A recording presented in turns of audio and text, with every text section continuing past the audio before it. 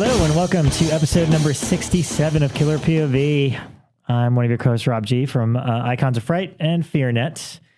With me is Rebekah McKendry. You weren't supposed to go to me first. I know. I did it on purpose. I looked at Elric, and he was Elric was waiting in the wings. He had nothing in his hand. And I'm like shoving no drink, candy nothing. bars into my face. And I looked and I saw your mouth was full, and I was like, I'll just introduce Rebekah first. So beautiful. Rebekah McKendry from Fangoria. How's it going? You got to learn to go with the flow under pressure. I know. I should have just been like, well, there's love. Yeah. You brought a lot of food. I did. Well, I didn't get dinner tonight because I was okay. like in a rush. So I was like, ooh, blueberries are $2. I'm in the mood for cheddar cheese smart puffs.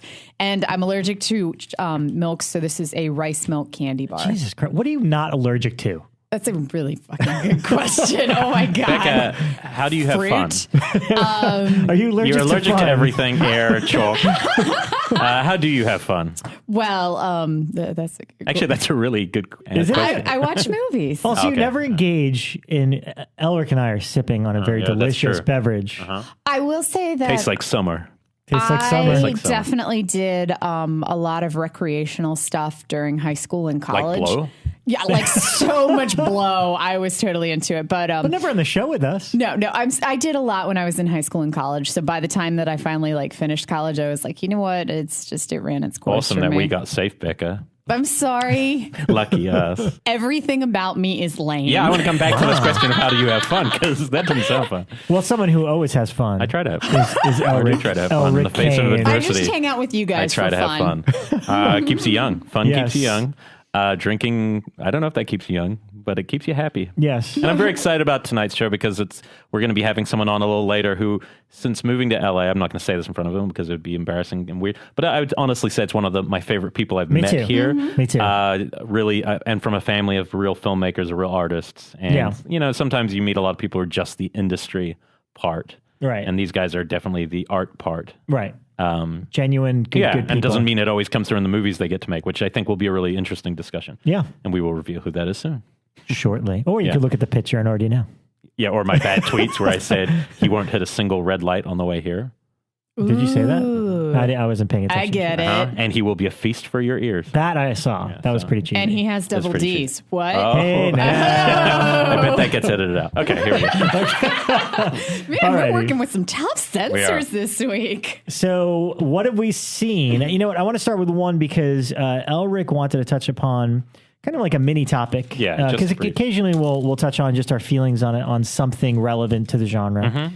And actually, I saw this a few weeks ago and wasn't allowed to talk about it until today. Deliver Us from Evil, the new film by Scott Derrickson, director of Sinister, Mm-hmm. Exorcism of Emily Rose, which you know what? I'm not really good at paying attention to box office, but from what I understand, I think it's doing well, but not nearly as well as they anticipated. That's what I've heard as well. Yeah. And a crowded release date. A crowded release date, but not for films. genre. There's nothing else genre-wise out right now. Right, but I think like But- Transformers. And, Yeah, I think that's the big thing is everyone, even if you hate it, is going to see Transformers 4. I Yeah. don't know why, but they are. I also didn't see a lot of commercials and stuff for it. I must say I didn't. I mean, I try to avoid that stuff, but compared to say Paranormal Activity or something, I don't recall seeing a great deal for A big Delivery. push for it. Yeah. Like at least Los Angeles wasn't postered quite the way that say like the Purge Anarchy is everywhere right now. Yeah. I didn't see. I think there's one poster for Don't Deliver Us from Evil. It's on Burbank, right at Evil Clown Liquor, which isn't even like prime locations. So. Yeah, I've seen a few, but I guess maybe it hasn't been pushed as much as some of the other releases.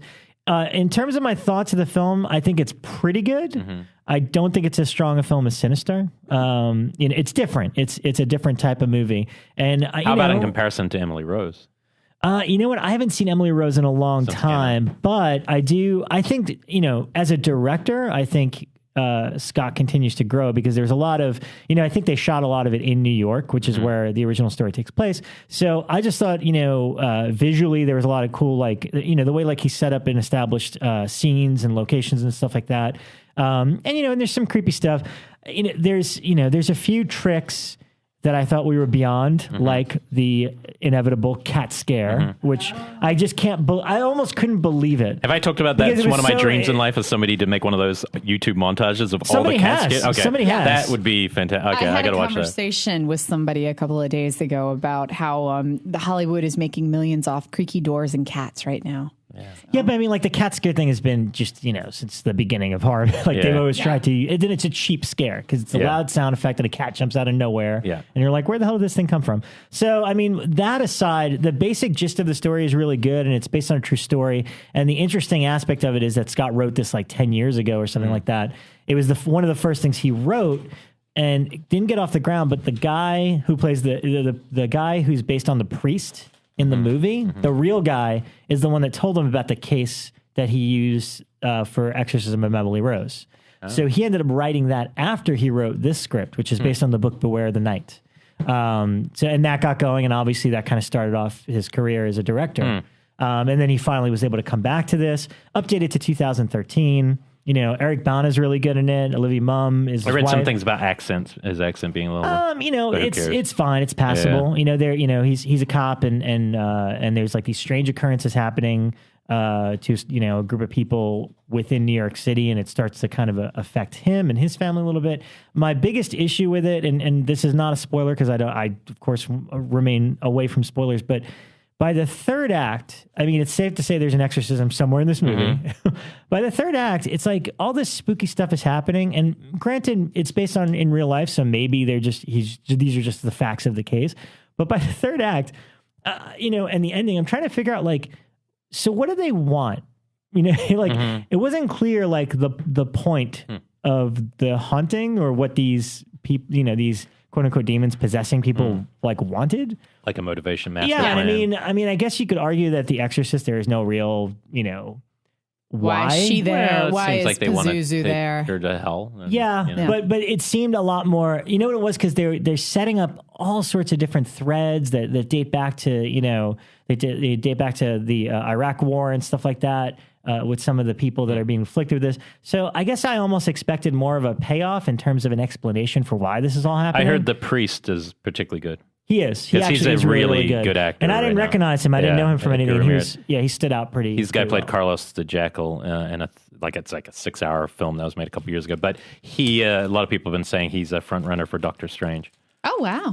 I don't. Possibly. I mean, it doesn't make sense to me at all. Neither here. I don't think so either. I said this to Rob, but there's more of a comic book nerd thing. But I think Scott Derrickson's direction of Sinister was fantastic. I think that's the direction. It's almost better than the movie itself, just the way it's put together. But I think he's not, for me, the right choice for a Doctor Strange when Doctor Strange is saying about the fantastical, the mysterious, the enigma of the universe. And then this is a person who's been very clear with every film he has about his beliefs between good and evil, God and the devil.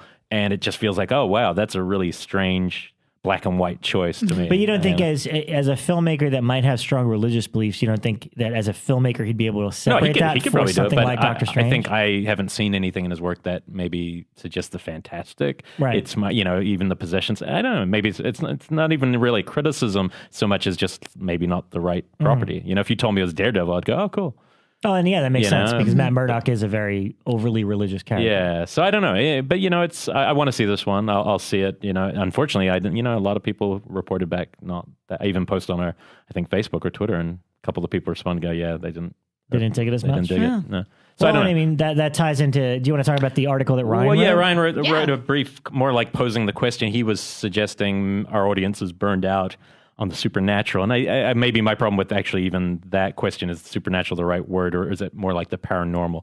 I think it's human ghost encounters rather than supernatural. Could be witches, could be a million other things, I'd say. So, but he's looking directly at the box office results of the last 4 or 5 films. Yeah. Post Conjuring being the high point. Right. And then Paranormal 5. Insidious 2. Quiet Ones. Insidious 2 still doing. Yeah.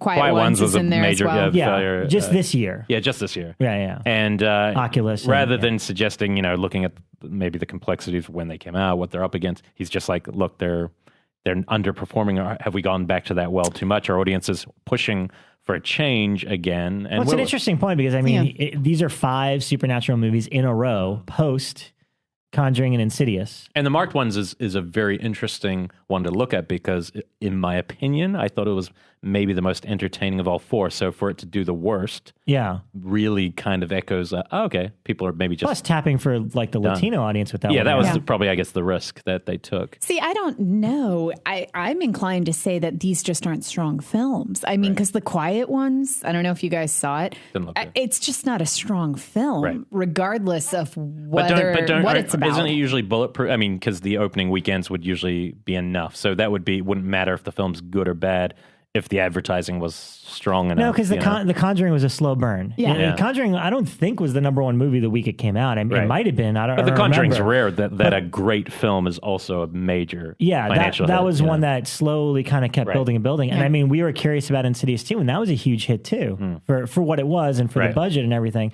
It's an interesting argument. I think, it really depends.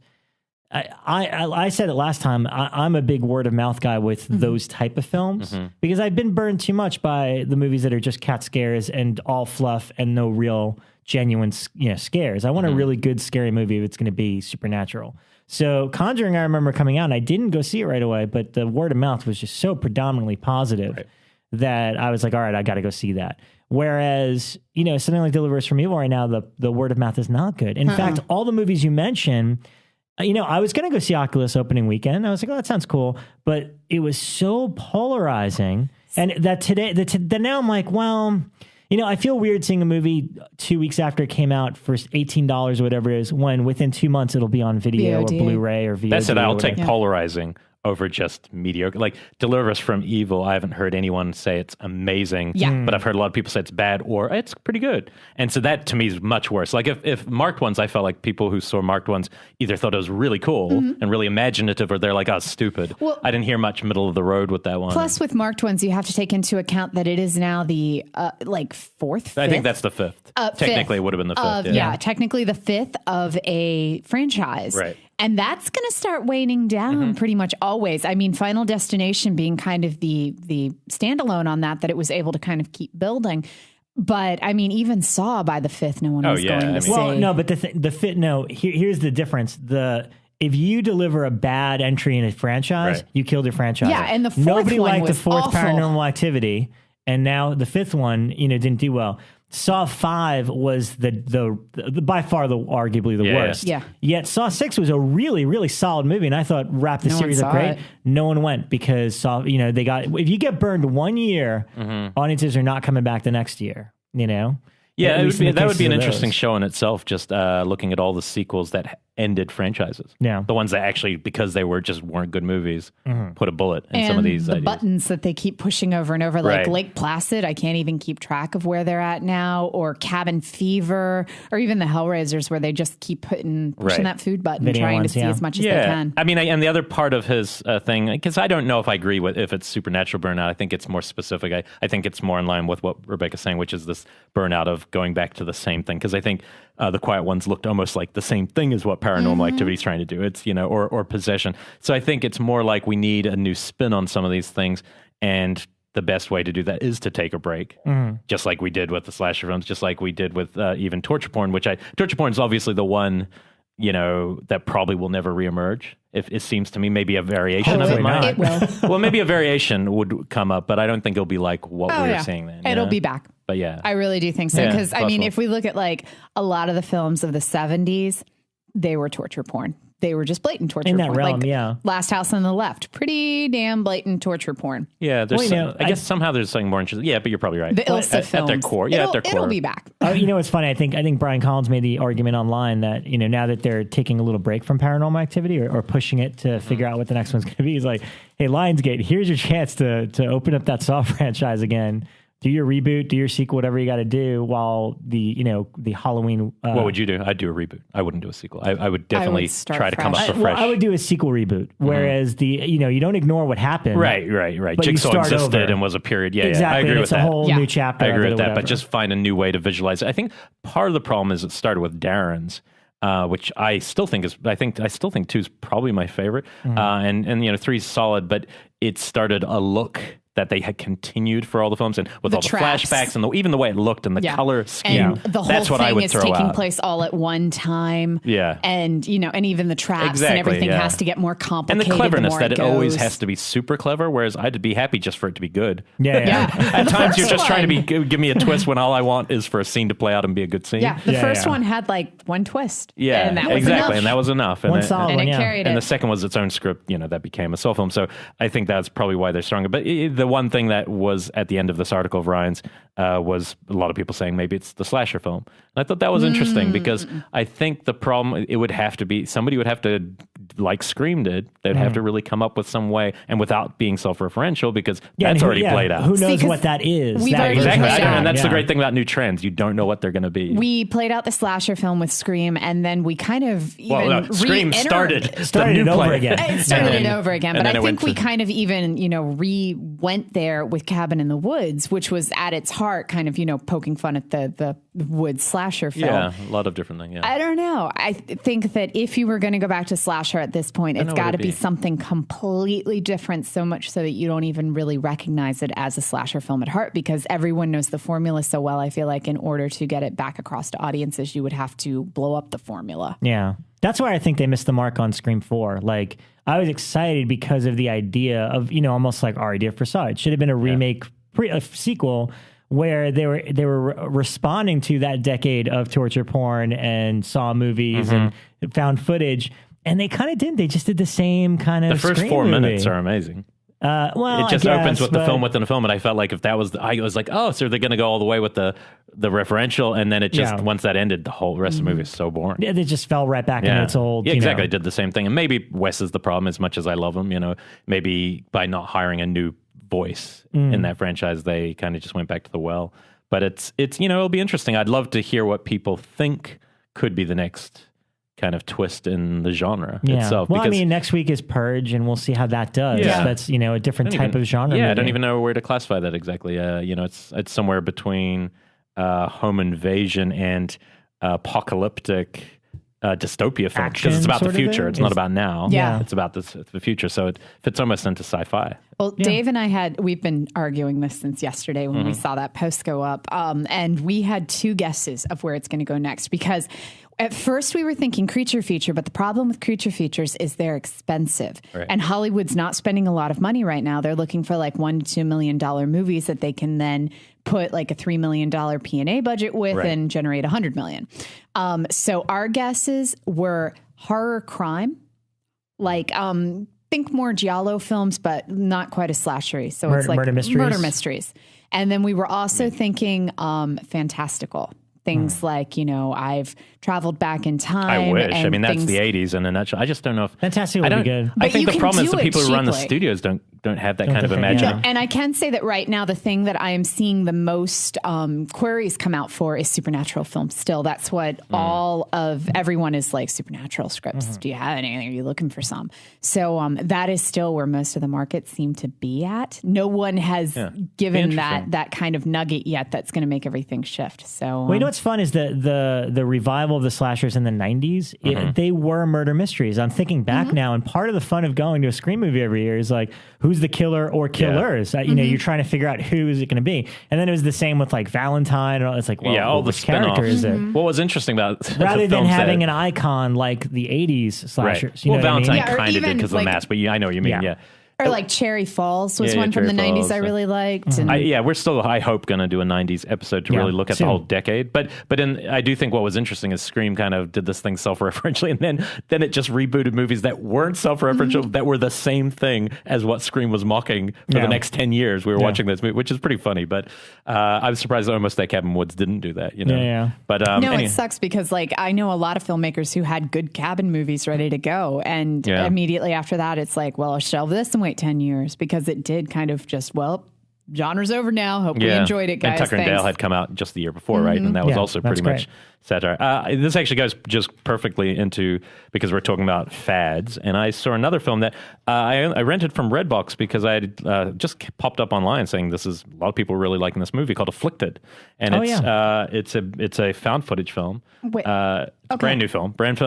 It's basically two guys who are good friends, filmmakers, and what's cool about the movie, I'll give them this for sure, is these guys really must have been friends, and they are the filmmakers and the stars. They must have known each other a long time because it flashes back to like other little movies they've made when they're about to take this trip around the world, and it shows like really fun 16-year-old guys beating each other up. But these two guys are going to take a trip around the world. They're going to document the whole thing. High-end video, because one's a filmmaker, but one guy's a little sick, and they're not sure, like, how well he's going to be in the long term, so he wants to have this adventure. They hooks up with a mysterious girl, has a weird bite mark. Basically, from then, and I won't get into any more of the story, but what's interesting about this film is literally, if this film had come out before Chronicle, it's as good as Chronicle. It's filmed in exactly the same way as Chronicle, has the same kind of surprises as Chronicle does. Like when suddenly someone just leaps and flies onto a building, you're like, oh, wow, it looks great, just like Chronicle. But because it's not before Chronicle, and because I learned something about my taste in found footage, which is, in general, I don't love found footage at all. But I do know that when the video is really pristine and the tools are really nice, and when they spend a lot of time talking about the nice cameras they have, I find it 100 times more contrived, and I don't get into the stories as much when it's grimy and shitty. Like a VHS film or a rec or whatever, for something about the aesthetic, I can buy it quicker. These are like perfect cameras, but they explain where the cameras are and all that. So, but for whatever reason, it takes me out of the movies. This, I would say, if this had come out at the start of found footage, I'd say people would be saying it's like one of the best ones ever made. I watched it, and I had fun watching it. By the end, I'm like, it's over. I'm sorry. This wave. I think a lot of people, if you're listening to this and looking for a new film, and you do quite like found footage, I'd absolutely endorse it as a movie to watch. It's just, for me, it felt like a little late on something. But honestly, if it had come out even a day before Chronicle, people would be talking about it on a big level because it uses the same tricks. And, interesting. Yeah. And it was interesting because one of them starts to turn into something, and it's documented, and it's I've heard a lot about it. It's got good reviews. It's definitely entertaining, and I was even entertained. For me, there's just that feeling of, it's too late, and that's kind of what we were talking about. And the other thing is just a quick throwaway, won't even talk about it, but I think I saw all of Carpenter's work when I was, when you're young and you watch Halloween, so you then rent everything. Yeah. One of the ones I rented back then, haven't seen since, was Assault on Precinct 13. Oh, yeah. Came on Turner Classics the other day, which is usually like the same copies that Scream Factory have, so it's the pristine.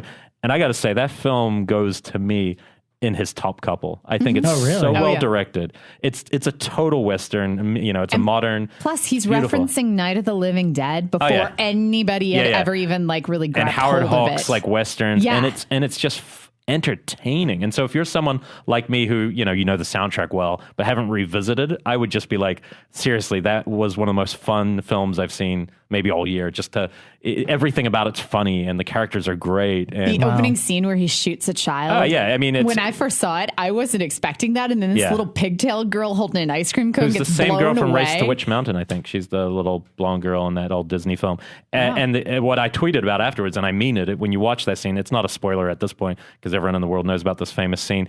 But the guy, when he goes to get revenge on the gangbanger and he shoots them, he has one of the best reactions I've ever seen in movies. Like, he's just gotten revenge for his daughter, but he's like, now what? And then he just starts running away, and you're like, and you never hear him talk again the whole movie. He just becomes a mute and hides in this police station. Interesting. It's a really, really fantastic movie. Yeah. And the other one of the few I've never seen of his, so you'll absolutely love it. And because that same with Dark Star, I haven't seen that since I was probably 17. So I really need to revisit some of those early ones because it's so early that I can't believe he was that pristine a director at the beginning. Yeah, he really was. And the other thing is just purely a plug. I would suggest anyone who loves movies to watch that Ebert documentary, Life Itself, because it's one of the best things I've seen this year. I'd actually say it's the best movie I've seen this year. I think it made Elric warm and tingly. Man, it's about a life. It's about cinema. There's a couple major bloggers who I won't say who they work for, but pretty much some of the biggest names. One of their brothers listens to this who hated it and is getting quite a lot of negative feedback but he's coming. All the people like that are coming from a journalistic viewpoint. I'm like coming at it from, hey, if you are interested in life and cinema, exactly. It's an amazing story. I really was blown away by it. Not horror, okay, but good stuff. Bekah, what'd you see? Well, I watched 3 main movies this week. The first one, I watched Catacombs from 1988 for the Scream Factory edition coming up. And this one, and I don't know why I didn't write down his name. David, why can't I remember his last name now? The guy who directed all the Puppet Masters. Dakota? Oh, David Dakota. No, not David Dakota. Somebody look it up. Catacombs, 1988. He also did the first Puppet Master. Did you do TerraVision? Oh, the first Puppet Master. Yeah. I don't know about TerraVision. David, I want to say like Schumer or something like that, but Schumer. Oh, is it the guy who did, what's our favorite one, Tourist Trap? David Yes, Schmoller? it's David Schmoller. Thank you. The guy who did Tourist Trap. Thank It's a you. great movie. So that's him. And he directed Catacombs. And Catacombs was directed under Full Moon's old label, Empire. And it was the last one before they went bankrupt. And so it never got released. It just kind of sat on a shelf until it got purchased by somebody else like 3 years later and then put out. So even David Schmoller calls it like his lost film because no one ever saw it. But Scream Factory did a release of it. And even still, it kind of got lost because they put it on one of those 4-packs of like movie all-night marathons. But it's actually a really fun 80s films. I was kind of like, man, I hadn't even seen this or heard of this before. But it's about a monastery in Italy. This is back when Charles Band was like producing all of these films in Italy. And so they're actually shooting at that studio that he used to rent from there. And it's set in a monastery and way back. What's it called? Cinecittà. Cinecittà. I always call it Sin Canada. And I try to, and then whenever I'm around somebody who speaks, they go, Cinecittà. But so it's set at this monastery, and way back in like, the 1500s, they imprisoned this demon, or it might be the devil, in the walls. And then it flashes forward to the 1980s, and the monks still know about it, but they all just think it's like a legend and not real. So they don't take any kind of merit in it. And then a school teacher shows up to do some research, and somehow the devil gets set back loose and possesses people. And it's a pretty fun, like little 80s film, I got to say. And the scenery is really nice. So check that one out. Scream Factory. You know when that there's another Lost Band one that with the one with Jeff Combs and Barbara Crampton where he plays a priest and it looks Lovecraftian, and it was the one that was never, I think, finished at the time, but it's finally coming out. I just saw a full page ad for it saying it's finally coming out. The Lost, and it was a Charlie Band. I can't remember the name of it though. He looked so young. Jeff looked so like kind of handsome and dashing, which is weird because he never plays that role. I can't wait to see this. Anything Lovecraftian, I'm there. I think it might be like Pulse Pounders or something. Anyway. Wow. And then I saw one that was actually recommended by Rob like 20 shows ago, Wind Chill from 2007. Yeah. And it was one that you had just like casually mentioned on the show, and it was just like you'd mentioned it and it was gone. But I came across a copy of it at one of the used shops here in the Valley and picked it up for like $3 and watched it. And I loved it. It was amazing. So this is Wind Chill. Emily Blunt, right? Yeah, Emily really Blunt stars in career. it. And it was directed by Greg Jacobs, who usually is like an assistant director on stuff. But this was like one of his few directing ventures. And I absolutely loved it. I didn't like the ending as much because it was kind of a punch-out ending where, one guy shows up and explains the entire movie to you. But I loved throughout the movie, it kept changing genres. And it kept changing what you would think it would be. Like you think it's going to be one thing and then it changes and then you think it's another type of movie and it changes again. Nope. She's British, right? Definitely American. No, yeah, she's got. I mean, I would have known. I have a very distinctive memory of riding the train into New York City, reading a Fangoria and reading the coverage of that movie, like the set visit or whatever. And I was like, I never even heard of this. I got to seek it out. I would have been interested to see the set visit because 90% of it's in a car. Yeah. So yeah, no, it made it seem very interesting. And it's not by all means, don't think it's like this great, amazing gem. But I remember just thinking, that was a pretty darn good movie for the time period. I mean, it's like 3 actors. Well, I guess there's a few more in the background. Yeah. But it's, somewhat low budget and just smart. Kind of the way to do that sort of thing. Yeah. Pulse Pounders, by the way, I think is the name of the movie. Pulse Pounders. You're thinking of the Full Moon one. And then the last one I saw is Fear. Now, it's not the Marky Mark one that everyone immediately thinks and Elric's banging on his chest now. This one... That's a good movie, by the way. William Peterson. I had this... it was another kind of like double feature set, and I had parents. And we were packing because we're in the process. Randy Quaid film? The Randy Quaid film. And we were packing up some of our DVDs to relocate to the new house. And I pulled it off the shelf and realized I'd never watched the second feature on there with it, which is Fear, starring Ali Sheedy. And suddenly I was like, why have I never seen this? It's from 1990. And I got to say, it's not that bad. Ali Sheedy's acting is a little kind of sort of quirky in it, but I think she's kind of quirky and supposed to be. But she plays poor man's Jennifer Jason Leigh. That's how I like to think of Allie. Sorry, Allie. She plays a psychic who is hunting a killer, but the killer is psychic too. So then it turns into kind of like you already scanners. knew you were coming. So yeah, no, that's pretty much it. Like she keeps trying to like scan him, but he knows he's being scanned, so he's doing things to fight the psychic, and it's pretty damn interesting. I gotta say. I'm looking at the IMDb for it now, and the trivia is originally intended for a theatrical release. That's the trivia. That's their trivia thing. We could say that about a lot of movies. Aren't all films? Yeah. I mean, you It'd be don't kinda start sad with when- like, I'm making a direct-to-video. Actually, I wonder about that. I think a lot of people now probably are going, I'm going direct to video, Yeah. direct to farm pre-sales. Yeah. So, but yeah, if I won't say it's the greatest film I've ever seen, but it wasn't horrible. Well, because we Wasn't bad. know the greatest film ever made is Point Break, according to You are right. according to your legend. Yeah. Yes. Was It that is a very good film, though. Gary Now you Busey is say pretty it. awesome. Give me two, Utah. Yeah, Was that it on your end? That's it. Really quickly, and then we'll welcome our guest on the two movies I wanted to mention. Most of them are going to fall into our topic. which we're going to start with, right? I had a friend that just moved to town that had never seen House of the Devil or The Innkeepers and requested a double feature of the two. Who is this person? It's just a friend, but We I don't was get like, to oh, meet okay. his friends, Elric. No, you don't. Absurd. He's embarrassed of us. Who hasn't seen this movie? Anyway, point being, I hadn't seen either of them in a long time, and I thought it'd be interesting to watch a double feature of the two because now I very haven't different. seen this. And they're also yeah, very I've seen this argument, and you know what? I still, a lot of people have mixed feelings about Ty as a filmmaker, but I think, especially seeing them back to back, really strong, solid work. They're both really, really great films. I watched House of the Devil on Blu-ray this time, which I hadn't, and it's just like he shot it on 16 millimeters, so that it's got this beautiful grainy look to it. And then when it's dark, there's some really beautiful, just photography inside the house. And Just so you know, Rob, I'm not the one you have to convince. Yeah, I know this. It's me. It's you. Oh. I liked I am House a of the big Devil. fan of both of those. House of the Devil I thought was new and innovative, and look, he's doing something different. And then I saw the Innkeepers and thought, oh man, he just did the same thing again. But it's funny. The second one's really funny. And here's why it works. I think the second one's funny. Here's The why it second works. one could have been 10 minutes long. No. And here's why it works. Watching them both That's really back to sad. back. That should be on the box cover. This could have been 10 minutes. Terrible. No, but I mean, you have to, with Ty's work, you have to have patience with it. That's the thing. If you don't, it's not like any shot that he's putting in there is just to pad out time. You're looking at somebody who visually has come into their own as a director. His first two films a little, not quite yet, but The Roost definitely is kind of wonky. Yeah, but it's his first movie. But at House of the Devil, that's when it clicked. Yeah. And it's like, oh, this is how this guy makes movies. And now in retrospect, seeing what he did with Innkeepers and then Sacrament. Now watching them back to back, Innkeepers is a very, very different movie. It's got a lot more of a comedic fun tone to it because it's not really going out of its way to be a ghost story. It is in essence.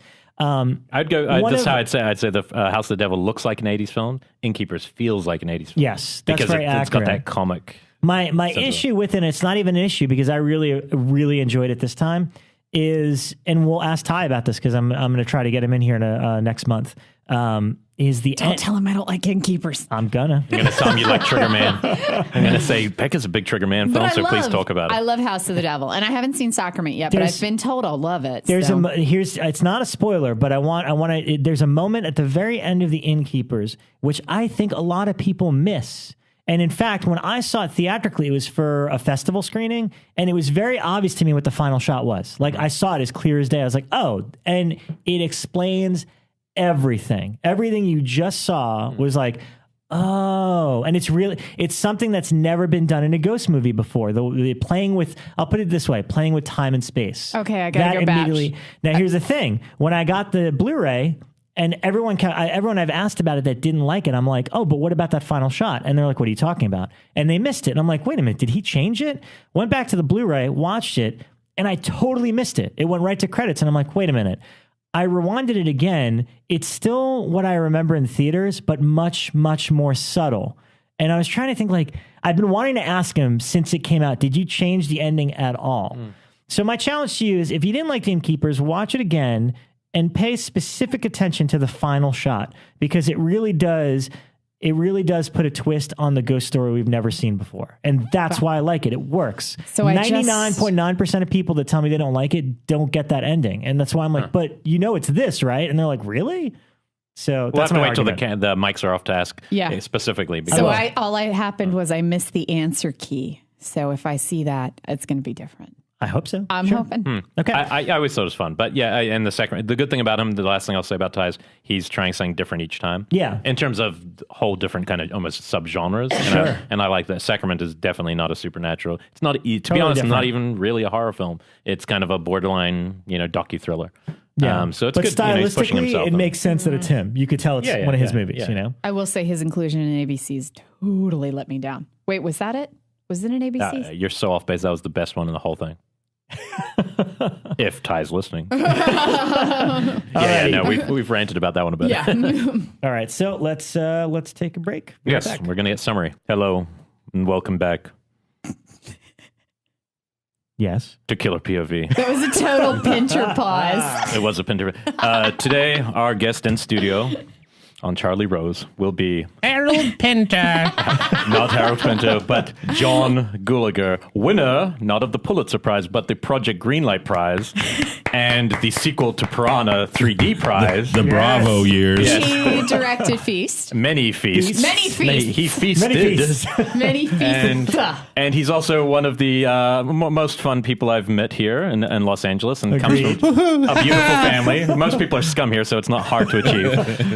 Oh, God, he looked at you guys. Yeah. Except I think that's the first time I've seen you alone without either somebody with you, whether Your it's dad Clu or or your Diane or brother, someone. yeah. They're on the couch out Yeah, here. they're all passed out somewhere. But what I love is you guys genuinely They tried to eat love that popcorn. film. And Oh, no. don't they eat don't want popcorn. popcorn, no. The scary popcorn's scary. But you guys genuinely love film. Like the first time I met you and your dad was, I think, at a screening at the New Bev. And you guys are just general. go there a lot. Yeah, you're just general film lovers. Like Dad calls that his living room. Because he lives a few blocks away, and but people are always bringing him DVD players and stuff like that in order to look at their work. Yeah. And when he leaves, he puts the TV out and the DVD player out and all this. He won't watch anything in his house. Wow. It's just like Fred Flintstone putting the cat out. Then it rains on it. I'm like, why didn't I go get that stuff? And for those who don't know, because we are taking it, we're assuming you all know. Yes. But I mean, for me, I didn't. It was funny. We talked about on the show a lot From a Whisper to a Scream, but everyone will know him for something different. But for me, I didn't even put two and two together, to be honest. When I was watching Project Greenlight, and I would see him in that, and I was watching that in New Zealand, I didn't really realize he was the guy from that and Return of the Living Dead, From a Whisper to a Scream, and for me, most notably, the Killers remake with Lee Marvin. And so it took a long time before probably living here and getting to know you guys. I was like, oh, okay, this all makes sense now. So you basically grew up on Hollywood sets, and that was kind of normal, right? Childhood. Well, Hollywood sets, I would be off the set. I'd just be wandering around, and the security would come and find me. And, Wow. Because you weren't supposed to have kids, like in the studios and things like this. So they'd put me under a blanket and drive me in, and I was supposed to sort of hang out at the dressing room maybe, but I'd go off and play on the PT boat. This is like Universal Studios, and I was watching Dragnet last night or something, or Adam 12 or something. I don't know what it was, but all of a sudden I realized I recognized that street. It was like Mockingbird Lane or something. And you were It's there. right around the corner. I knew all those facades. Wow. And you were how many kids? You and Tom? Just myself and my brother. Yeah. And we have about an 8-year difference or 7.5 years difference. And, I wasn't really into having a brother. Yeah. Well, when you're Right. that age, it's just so great, being like the only one. Yeah. And, but I got used to it. Yeah, and or I'm about used to it. I don't know. And he's getting really used to a really it. great actor too. Yes. He's we talked about one film that you and your dad shot called I don't even know if it's the name, but it was from this. Basically, Clu does a class an intensive acting class where they also shoot scenes. But what was the film called? Moment 6, or what were you calling them? Well, we did a class film called Moments, and really all it was really is scenes from the class. Right. That if there was a scene that was halfway decent and stuff like this, and we did one for every student basically, so it didn't make a lot of sense, but we would just reshoot them on the weekend, a little bit better, And we just put them all together. So that was the one, that was number 7. Yeah, and it was a black and white. Is that the one where number they 7. sang? Yeah, it's a very intimate amazing. black and white. It's a very intimate film because it's just two people talking, and Tom has a very quiet, like a sensibility where he delivers lines, kind of, almost under where your ear would naturally want to hear it. So you kind of have to be pulled in a little closer. Well, if we had, better sound people, Yeah, and you're stuff, right. I mean, Way to take away his skill. possibly that would be Right. better. We were doing it all ourselves, and we had 2 crew people that were just, acting students, and But he basically is a guy who, he basically admits to maybe having killed someone they knew, and then basically he punches her at this quiet moment, which just really like shocked me. And it's hard to shock us now. And from there, he basically, he starts to he's going to cook her and eat her. And as he's doing it, he starts singing. shock number 2. Yeah. And then at a certain point, just when you're at a point where you're like, oh, this is awful, and it's almost everything I hate about horror films, there's a key moment where he hits her and he's just starting to cook her. You're like, oh, you know what? This is about to go right into that torture porn place where I hate. And when he starts singing, first you take a step back, and then she joins in on the chorus, even though she's dead, and singing out of a bloodied nose and mouth. Well, she's not quite dead. Well, she's not quite dead. Yeah, she's moaning exactly. She's in key. In key. And I got to say, that might be the best moment of anything I've ever seen. Really, I just remember, and I programmed it as part of our show thing, because for me, I was like kind of overwhelmed by it. I was like, oh my God, that is a great little film. And again, this is the problem. Sometimes things are meant to just be a short piece.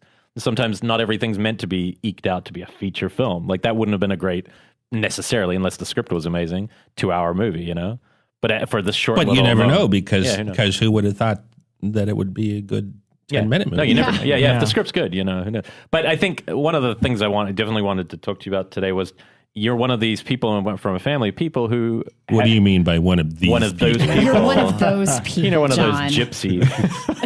thinner. No, but who you have gotten to make films within this kind of studio system, and yet the kind of work that you guys do at your core, which is so.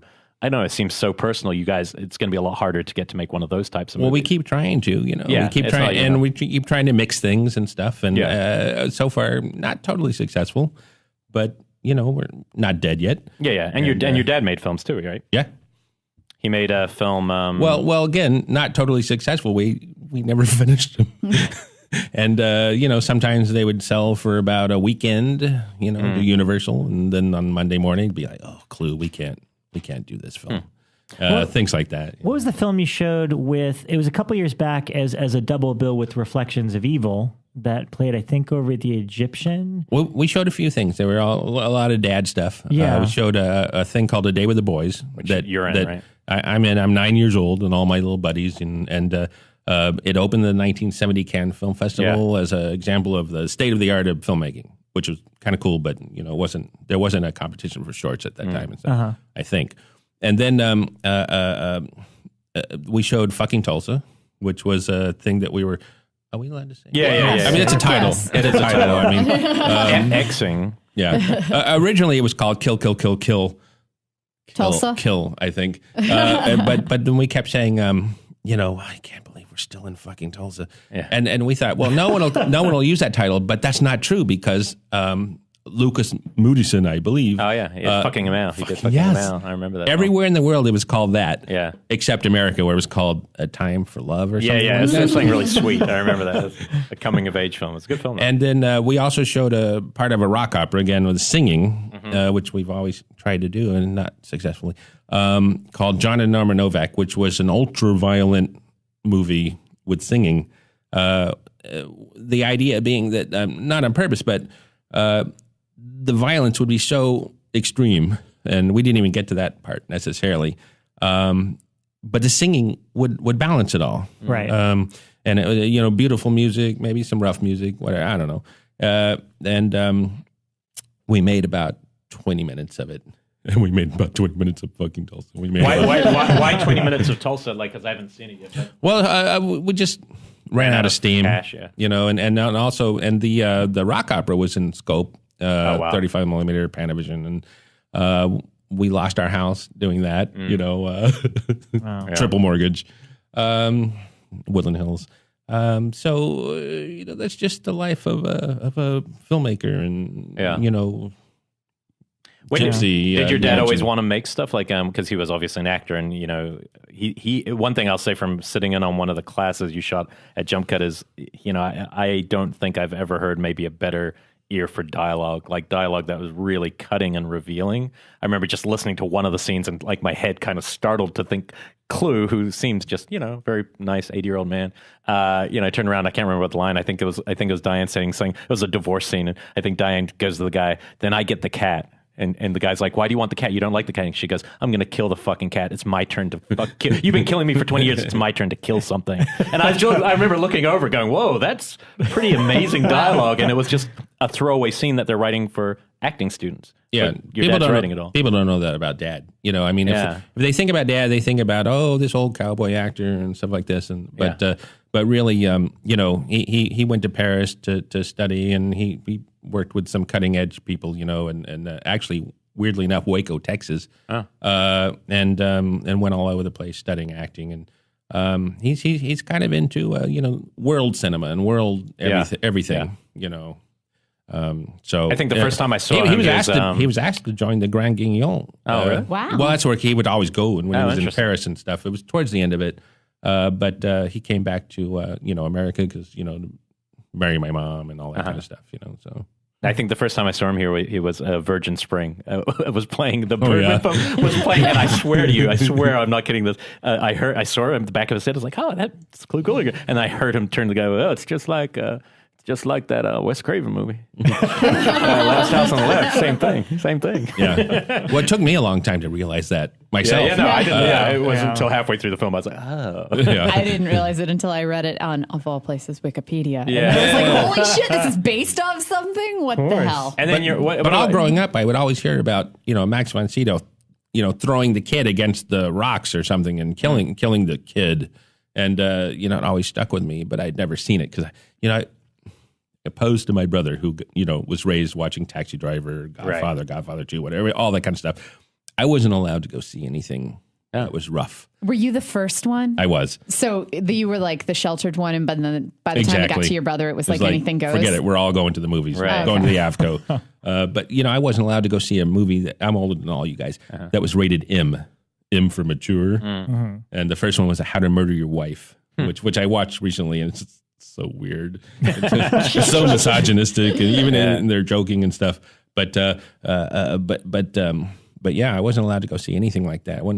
I couldn't see anything that Dad was in. I couldn't see The Last Picture Show. I couldn't even see The Dirty Dozen. Oh, weird. Although I did see all the Universal monster movies because we played them in our backyard. Huh. So that's what I was. And were you on set for things like Last Picture Show, or is that no? Were you even alive then? No, yeah. But that was in Texas. Yeah, no, I know. Yeah, all in location. That's a great film. If no one's seen it here, he gets to seduce. At some point, Sybil Shepherd. Well, okay, so that's an interesting story. I'll just tell stories about my dad. Yeah, okay. We're gonna start there. Well, he took the movie because of that scene. So when the movie was going to come out, I guess Peter called him into the office and said, "Look, we had to cut that scene down." So and said, "But I have a copy of it here for you that you can have of the original scene." And my dad's a little, he's not the guy that he's a little reactionary, and he sort of threw the film at him and left and said, "Fuck you." Did Bogdanovich do that because he was sleeping with Sybil Shepherd? Yes. Yeah. I mean, because he was. She was super young. They had fallen in love on the set. His wife, Polly Platt, a great producer and production designer and everything in her own right, was there on the set with their newborn child. Ouch. But Peter fell in love with Sybil. And like me in the Felissa episode. Wow. And then years later, I found out because they restored the film that Sybil had asked. She was embarrassed and stuff like this, and so they cut the scene down. But I so wish they had just left it in because it really would have been a big deal. I don't know if you've seen the restored version. I've never seen that scene that you're talking about. They just go a little bit further. Well, it's the same scene. They just go. To the end of it. That's a Lolita-esque for that time period, for 1971 or something like this. It would have been a big deal in the sexuality thing. There's a lot of sex in the movie. It was all sex, and I don't think anybody thought it was going to be as as good as it was. What about going forward to like Return of the Living Dead? Because you would have been a lot older by then, right? You would have been a teenager or something. Were you around for that, or had you left home? Or? I was living in New York. I wanted to go to New York. I lived in on 4th and B, and so Dad was doing this, and I kept hearing about it, and he was kind of bummed, and he didn't really like it, he didn't really get it, and stuff like this, and I guess every day my mom would kind of put a little rinse on his hair. My dad has white hair. Yeah. Jim Jarmusch. Like around when he was like 30, it turned like that. So Mom would put a little rinse on his hair and stuff like this. Who she was in the Offspring also. She's incredible. But and so they would say every day he would go out with a different color hair. So eventually it comes out, and I'm in New York, and I go down to 42nd Street, and I see it, the Deuce, and everybody's screaming and laughing and yelling at the screen and everything. So I go out to a phone booth afterwards, and I go, because there's a time difference, and I go, Dad, I just watched this movie, and I think it's going to be a hit. And he goes, really? That's great. So then I went to go see it at the Quad. I don't know if you know this theater. It's more like NYU and all this kind of thing. And so at the first theater, they're like screaming at the screen, "Fuck you! Fuck that bitch! Kill him! Cut his head off!" At the other one, the people are sitting behind me. Well, you see, this is a commentary on the movies. But they loved it too. So that was my. So I figured. How did he find Dan O'Bannon? Did he think he was a creative? They fought. Oh, they. Yeah, interesting. They fought a lot on the set. Eventually, they became friends. During screenings of it later in life, we went over to I don't know if it was USC. And there was a screening there, and he and Dad got together and talked about the film and stuff, and became friends later after the film. Oh, that's fun. Which happens a lot. I'll tell you. Sometimes it's a little tense when you're working on these things, and I keep wanting to be that guy that's engaging and with my actors and want to bring them along, but sometimes I get really upset with them. And because you're always battling time. And then afterwards, we'll become friends. And case in point, the DP on Feast, Tom Calloway, great guy, my friend before, but more friends after, but fighting a lot during the movie. So, which I thought turned out to be a good-looking movie. Yeah. How long were you in New York for, and what were you doing there at the time? I just wanted to hang out in New York. Leave. I was born in New York. Okay. But my parents were doing live TV, and they came out here to continue doing TV and movies and things, which all came out to California. So I went there to live, and Diane went first. And so you didn't meet in New York? I thought you guys met in New York. No, we met here. We met in Silver Lake. Wow, in 1977. I thought it was in New York too. Wow. Yeah. Okay. No. Yeah, for those who don't know, Diane is also one of the stars of Feast, and she's also just like one of the best people you'll ever meet. She's so nice, but also talented, and just she's good people. Diane, I didn't make them say that. Gun to all our head. He did. He's kicking us under the table. But she's in all three Feast movies. Yeah, she appears in just about all of your movies, right? At some point, somewhere. Yes. Well, you would hope so, and I keep trying to get my brother in all of them, and then they're like in Feast. There we had a huge throwdown fight and everything, and eventually I said, why to somebody, I said, why did you do that? Why did you fight me on this? And they go, well, we were on TV. I didn't want to look stupid. Yeah, and for those who don't remember, Project Greenlight, the best ultimate season of that show, which honestly is still one of my favorite seasons of anything, because especially being in a country where you just never really got access to a whole film being made and how it all came about, even though everything's being heightened because it's the cameras. But with Diane, I remember there was also a throwdown with her. I remember they didn't initially, they're like, oh, he's trying to cast his girlfriend, kind of. I remember there was a couple of conversations and in a way, they're kind of right. Because I felt like I have to bring everybody along for this thing. I've been given this gift and stuff, and I shouldn't just take it all for myself. And so I wanted to help Diane. I wanted to help my brother and help myself, because I think they're great actors and stuff. Sometimes it works, sometimes it doesn't. I'd like to tell this story now, because I've been saving it for a really, really long time, and it involves the first time that I met John and his family, which I still hold very, very fond memories of. It was a Fangoria Weekend of Horrors out east in New York several years ago. You mean Secaucus? It was probably New Jersey, more likely. Well, that was because they invited us because of Project Greenlight. Yeah, and the thing was this: I was not familiar with Project Greenlight at all. I was just going to the Fango show as a horror fan, and I've said oftentimes, Evil Dead 2 is my favorite movie of all time. And I love it too. Yeah, it's my favorite. It's just, I love it. The big budget Evil Dead. And when you came out for that, you showed the opening sequence of Feast, which again, I had not watched Project Greenlight. I knew nothing about the movie. I knew nothing about John. I just got to see the first 5 minutes, which essentially is them setting up every character with their little title cards and what's going to happen to them. And then the monster comes crashing through and kills the hero. And well, it wasn't finished yet. That's why. But I was I was like, this is good. This is like the greatest thing I've seen since Evil Dead 2. And I still think the movie is as much fun as that for me personally. But that whole face John just made is worth give him one of those, which was absolutely. You just got compared to Sam Raimi. Yeah. I stand by it. But no, here's the thing. I'm taller than Sam. That whole weekend was really special to me because so you'd shown a clip from Feast, got to see the opening. You were there with Clu and Diane, and I think Judah Freelander. Sage Stallone was also there that weekend to show. He was promoting the Cannibal Holocaust DVD, and also he made the incredible short that we've mentioned before, Vic. And we'll definitely be talking about tonight. He was going to show at the convention that weekend. And, I had never met Sage before. I'd never met any of you guys before, but we started chit-chatting at some point during the day. And I just remember him being very nervous about showing a short and saying to us... Did you come up to the room yes, and watch that's us. And then we couldn't get it to work after that. Yes. For the real show. We could only get it to work for the little room. Which is what made it more special. What happened was Sage came to us and was like, it was like me and some of the Icons guys and was like, I want to test this DVD. And this is like, 12 at night at some Fangoria convention where no one's really around. So all I remember is we had a DVD player with us and we broke into a room that wasn't being used, like a conference room or something. Hilarious. And set it all up. And literally, it was me and 2-3 guys from Icons, and Clu, John, Diane, and Sage walked in, and it was just us. It was like 8 or 9 people. I had no idea what the short was about. I was expecting a horror short.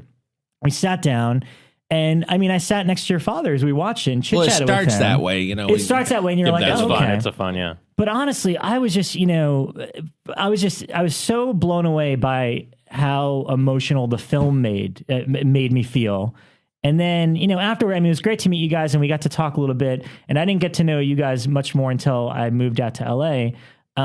But after that, we just talked to Sage for 3-4 hours in that little for conference people room that we who weren't don't allowed to know be as at. much, Sage, besides being sort of Stallone's son, also was one of the founding members of Grindhouse Releasing with Bob Murawski's coming on, and I think in August. Yeah. But they started something really special with including Evil Dead, Cannibal Holocaust, The Beyond, all these great titles that otherwise at that time. But this is much earlier than Scream Factory, right? Yeah. So they're saving before. movies way before. Totally. And they were actually traveling to Italy, saving a lot of these films that were being lost or disregarded at a time when no one else was doing it. In terms of Vic, because I agree, I only saw it for the first time when we did a screening at Jump Cut. Well, look, the punchline of the story is that it was supposed to screen at the convention the next day, and there was some fucking problem with the DVD player, and it was horrible. Nobody got to see it. They were it only played in that room. Yeah. So that entire weekend, me and 7 other people are the only people that got to see Vic that weekend. That's pretty crazy. But and again, other than being taken aback by how warm and wonderful you all were as people, I was just so impressed because you had shot Vic as well as a DP, a director of photography. So and of course Sage talked a lot about you as a director of photography. What was the beginning for you in terms of filmmaking stuff? Was that the angle you were looking for? Did you always want to direct, or did you want to be a DP, or what were you most interested in? Oh, well, I was the Super 8 guy. I would make all these Super 8 films in junior high and all that kind of stuff. So, but I think as far as Vic goes, he wanted Dad to do the part, and so he asked me to shoot it. So Dad couldn't back out because Dad just doesn't want to act anymore, and he sort of serially backs out of projects at the last minute. He was retired at that point. Yeah, well, he's wanted to retire for years, for 20, 30 years, but he just we be broke or something like this. Yeah. But yeah. So he asked if I would shoot it, and I said, well, Sage, you can get all kinds of guys to shoot this. You could probably get Vilmos Zsigmond to shoot it, or something. I mean, I actually said that.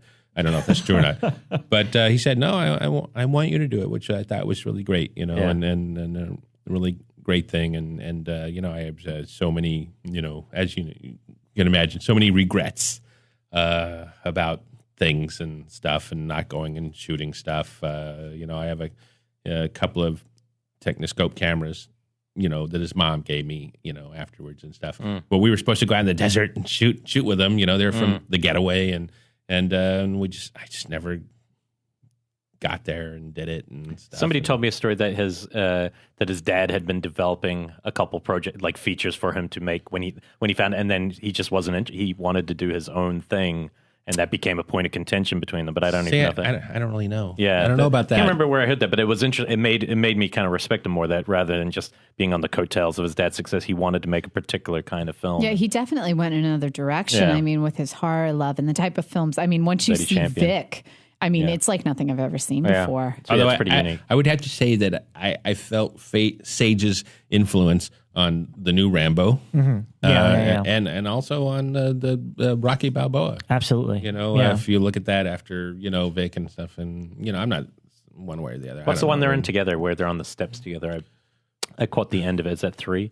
No, Rocky 5. Rocky 5. I caught the Daylight. end of it recently, and it was quite hard to watch, not even knowing, so just knowing what happened. You're just watching a father and son on a screen going, oh God, having had a father. But I will say this, the only thing about Vic, because we have talked about it actually a lot when you haven't been here, is I really think it's one of the best short films I've ever seen. Yeah, all by short far. films, because and it's also one of the best films about Hollywood and being an actor. And Well, we tried to get it in Sundance, and we actually shot it quite a long time ago, and but we tried to get it into Sundance, and they kind of turned it down and stuff, and then finally, you think Bob length is the problem? Moraski came in and finished it up, and got it all done with the sound and everything.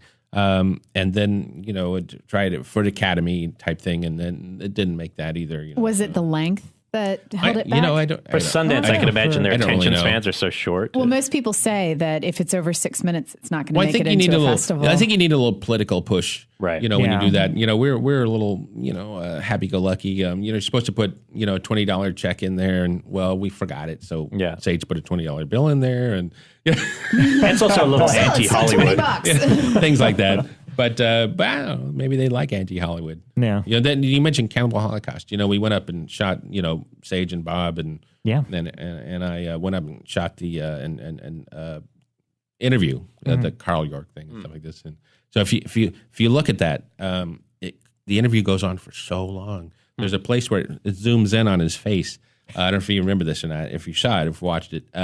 But I fell asleep during the interview because it was so long, and the camera starts going up his face, because I'm like leaning on the tripod, and then it goes back down again. So I said, well, just cut out a little bit, I mean, who's going to know, who's going to care, Bob goes, no, you can't cut anything out. So he zoomed in on the face, and then zoomed back out, and they stabilized it for those moments. It's amazing. That is pretty funny. But I have some footage of all that, maybe. Somebody told me Post. today, and I don't know if this is true, but I need to know. Somebody told me that Vincent Gallo was originally going to be the director, which ended up being your brother, Tom, in Vic.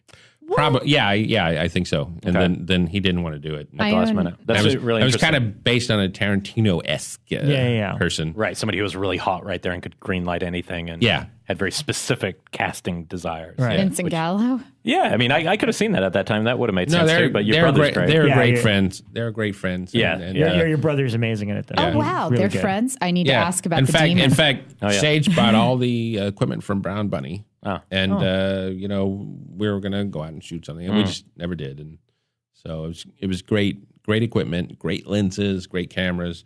It's the zoom lens from Barry Lyndon. But, that's the way it goes. Well, just so you're not speaking in the dark, just really quickly, go to our Facebook page after the show. I'm not saying we're doing any giveaways, but I happen to have a spare copy of Vic, and that's all I'm going to say right here. Oh. And so if you're sick of just hearing about a movie that you haven't seen yet, because it's not really available online anywhere, so I mean, not to see it online. You can buy it from off of the Grindhouse releasing Grindhouse. site, yeah, if you wanted a DVD. But that's for sure. But yeah, let's talk about Feast a little bit because well, the interesting thing is, I think with he's already out. He's already out. You're out. No, I'm saying like you. I'm like, it's his fault. That's true. Well, I think you do this on all films. Is you always like you always shoot. I mean, obviously, you're dictated a specific budget and a specific amount of time of what to shoot. But even after that is done, your job as a director, you still go out and shoot other fun little things. For example, the opening shots of Feast, I believe, are just some Super 8 footage that you took in the desert, if I'm not mistaken. I took Whitaker out to the desert and gave him a Marie Callender's dinner for payment. Union, don't listen to that. That's funny. But I remember on Piranha 3 Double D never stopped shooting. Every time I'd see you, I'd be like, "Oh, I heard your phone wrapped." You go, "Oh yeah, I have to go back and shoot something else. And I'm going to shoot and get another little bit and another little bit." Yeah, I just watched the commentary. That was the problem though, because that was 3D. Right. So, so I went. I had to go down and shoot that little thing around the Salton Sea. You know, Diane and I took a little trip around there a couple of times, and it was great. It was really nice. Yeah. Really stunk, and my feet like sunk into this green muck, which I guess is like fish. Did you find the people still living there? Supposedly, there's like enclaves of people who won't leave. Very bizarre. but kind of exciting. But it was winter, luckily, because evidently in the summer the smell is just untenable. Yeah, I keep wanting to take a day trip and just circle the lake and see all the little enclaves. No, that's neat. Nutsy people. So it's going to happen someday. I'm doing it. I don't know if any of you eat meat, but I had the best steak I've ever had at a little Italian restaurant that's off, as the south side of the lake. There's a little town. I can't remember what it's called, but I found this restaurant, and we actually went there twice because we circled the lake and went back. And it was.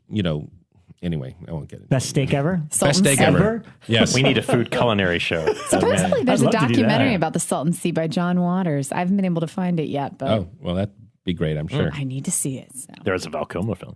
Okay. So there you go, John Waters. John Waters. So you go see Pink Flamingos, Right. Okay, and you're like, well, this is a guy that's never going to be in the mainstream. Literally. Okay, I went to go see Hills Have Eyes. Again, Wes Craven. I'm thinking, this is a guy I could go work for because he's never going to be in the mainstream. Both of those guys in the mainstream. Yes. It's weird. It's so weird how that works out. Big time. Well, I think I would have said the same about Sam Raimi after Evil Dead, the first one. Razorhead. I mean, not saying Lynch is ever mainstream, but Twin Peaks is mainstream in the sense. Well, we went into this thing with Razorhead just the other day about the same conversation about West and John Waters and Sam Raimi. The thing about David Lynch is that you can see this sort of supreme craftsman at work at that, even in Eraserhead, which is actually one of my favorite films. Yeah. Is it AFI maybe? The AFI sculpted him. I don't know. But he wasn't allowed to do it. I know. He did it on his own. But yeah, everybody else, Well, it seems like a time that was more encouraging of if you had a real voice, Hollywood was excited to then take you. Like if you were able to be distinct, oh great, we can use that. And now people don't really want that. They want John Waters. Yeah, John Waters. I mean, that's seriously. pretty out there. Yeah, they eat shit in it. I mean, again, one of my favorite films of all time. Yeah, still, Pink Flamingos. Yeah, but yeah, they eat shit. There's an asshole singing. Yeah. Okay, I took my mom to see it. Years and years later, I forgot everything. That's not like a family film, John. And then about 5 seconds before everything happened, I go, oh, shit. I forgot about this, too. And one of those was the asshole singing. And there's a BJ in there, too, right? And the BJ with the sun. There's also some heroin shooting with chicken That's sex. That's fine. And everything but sex, is okay, But and then a year later, and my mom didn't say anything. Didn't say anything. A year later, she just comes up and pinches me And she's from the South. She goes, "You took me to that movie." And she didn't have to say what movie. I knew exactly. And for people listening who don't know who your mother is as well, she was an actor in one of Rob's favorite sequels of all time. Yes. He's a huge Leatherface fan over here, and she was her character name Mother Ma. She was just the mother of the family. Well, they cut out a lot of her stuff, because of the MPAA at that time was doing this big crackdown on films, and it kept getting an X rating. And so eventually, after submitting it over and over and over and over, they just said, "Look, the studio said, just cut out everything that's offensive." And, We've seen that version, and we saw that, unfortunately, and we'll release it. And which anybody going to that particular movie, the stuff that they're going to see is missing. So it doesn't make any sense. We had that exact at the New Beverly not long ago when they showed it again. We had that exact reading. We were like, you've cut out all the stuff that made us want to come to this movie. Yeah. I mean, I had fond memories of it as a kid because I was a kid and I was just so excited that there was a new Texas Chainsaw movie. Yeah. And now on DVD, there's a slightly more unrated cut. It was fine. That version I saw was great. Some stuff restored. It's not exactly what Jeff Burr would have wanted. But why would she have been cut? Because she didn't strike me as someone who would have had violent scenes. They just cut stuff. They cut her hacking up, food and, stuff out of her throat. I mean, they would just cut things. Because, she had a voice box, right? And had a voice box, which was kind of funny because she kept saying, well, should I do something with my voice? I was going to go, ah. Yeah. And they said, no, don't do that because we'll do that all in post. And then we went to go see the movie and it was just her normal voice. They didn't really voice box. It was like, pretty funny. She was like, ah. I just saw Jeff. Oh, yeah? We went to go to this Western Film Festival thing, and cool. The Memphis Western Film Festival, which was actually in Mississippi. But and Jeff and his mother drove out there and from Georgia, and came, and we saw them and spent the day. And we hope he comes out ago, here. Right? Yeah, a few months ago in Mississippi. Just like a month ago. Yeah. I think AJ was there on a panel with him or something. But yeah, Jeff was one of the first people I met when I moved out here, and I love him. No, this is a Western thing, not a horror thing or anything like that. Oh no, I know. Yeah. But there was some panel that they were on together for whatever reason. But I love Jeff. If he ever gets back into LA, we'd love to have him on the show. Yeah, definitely. And also, your mom was with your dad in a movie we've talked about here, From Whisper to a Scream, or The Offspring, depending where you saw the film. But that one storyline, we did a whole episode on anthologies where that storyline with a lot of people is the one storyline that really resonated. And that was before I knew who he was. No, wait, is your mom in that? She's the sister, Clu's sister. She's looking after her. Yeah, she's in the bathtub. She's dumping ice on? Yeah, oh my God. Which was wax. And so it stuck to my mom, But it's really funny because, she was in the bathtub and she was saying, well, where they're going to shoot this from maybe this over here, because they're where they wouldn't see anything. Right. Oh no, you see everything and stuff. Yeah. Well, but she was like looking around for the camera, and then Jeff all of a sudden yells from up overhead, "Hey, Miriam!" And she looks straight up, and there's the camera. Yeah. Wow. Were you on that set? Hey. No, I just heard about. I heard about that. That's fun. And that's the same director as Leatherface. But that one story, Clu. Well, Jeff was in Dad's acting class. Is that how they connected? Yeah, that's how. And this was their first film, and Darren Scott and Courtney Joyner, wrote a lot of it or all of it, and this was their first film, and they shot it in Jeff's hometown of Dalton, Georgia, and so I think funding from the town or from his parents and different people like that. He's almost unrecognizable, your dad. And besides the hair, there's just, those glasses are just, they really change who he is. Yeah, I didn't even recognize him until Elric pointed it out to me, long after I'd seen it. He'd be like, well, did you like Clu? And I'd be like, where was Clu in the movie? And the glasses guy. He wanted to do the Civil War episode, Yeah. But then they ended up asking him to do that one. I think he's great on it. Yeah. But let's go back to Feast and Project Greenlight. Well, first off, Project Greenlight, because because obviously I saw it a very different way than Rob did, because Rob saw the film first. I had a lot of it. I think it was a long time before I could see the film after seeing this here, because I saw the show in New Zealand. So, and I remember the Maloofs at the end delayed it, right? Well, no. What it was literally the Weinstein split with Disney, right? And so I went with the Weinsteins. They took the movie. Disney took the TV show.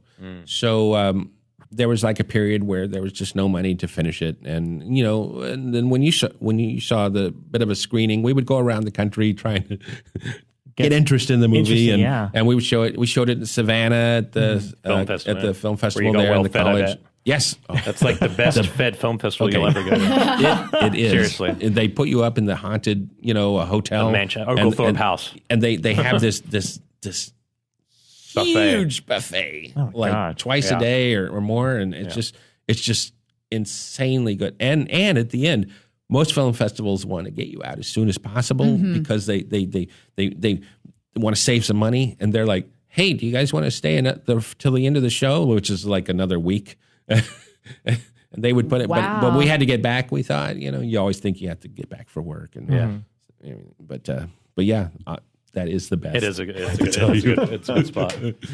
But so that's sad that you guys actually had to do hustle at the end to even get out there, because it built such interest. I think. I don't know if we had to or not, but we thought we did, and then at a certain point we got a phone call saying, "Hey, you can finish the movie now," and so we did 3 days of pickups and finished the film.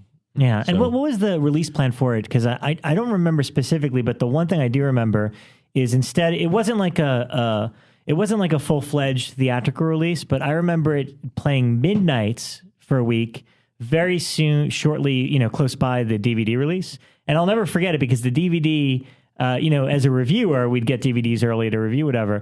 I went into New York City the Friday night that it showed at midnight, saw it, loved it. When I woke up the next morning, in the mail, I had the DVD. And it's the first time I've gotten a movie that fast. Well, most people didn't even know it was going to play. Yeah. It was just going to play for one weekend, and then the DVD was going to come out. And a few theaters, since they had it, played it, for a few weekends. Right. But really, people went to the theaters, I heard, and they were going to a different movie, and they saw Feast up there, and they're like, well, what is that?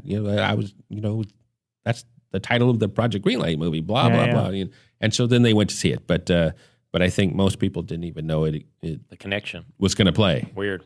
Yeah. But we had a full house in New York, and everybody was laughing. At the Sunshine Theater? Yep, Sunshine, yep. That's right, where Mother of Tears also played. Wow. Yeah. I saw Mother of Tears there. Yep, me too. We were there at the same time. We didn't know each other. We were. Yeah. But watching that show, you were to me almost like a folk hero, because it felt like some outsider artist triumphed over the dragons of Hollywood when I was watching that show. Did you, behind the scenes, what we're not watching, were there other discussions, or what we're watching in a show like that, was that actually pretty close to what was going on, or when they were choosing down to the last three people or whatever, were there other discussions happening? Was it a reality show? Yeah, in other words. A reality show. Okay, so I don't, to this day, I don't totally know everything. Right. I would say that most of the stuff that happened. A few things, the minutia might be different, and that irritates a lot of the people that are on the show. But I think the kind of the big ideas. So if I was are kind of right on. Right. I think Diane says I got the Jesus edit, where I was killed and then rose again. So I would say I wasn't maybe as bad as it seemed at the beginning, and I wasn't as good as I seemed at the end. Right. But other than that, and the show came out before we finished the movie. Right. Were you watching it? Could you watch yourself? Yeah. Oh, wow. Unfortunately, there were some things on the show, that were very devastating to some people that watched it. Friends of yours, or no people in the movie on the show. There was a situation where maybe I wasn't as keen on an actor, or actress or something, and then she saw it, and cried, and so that was bad. Yeah.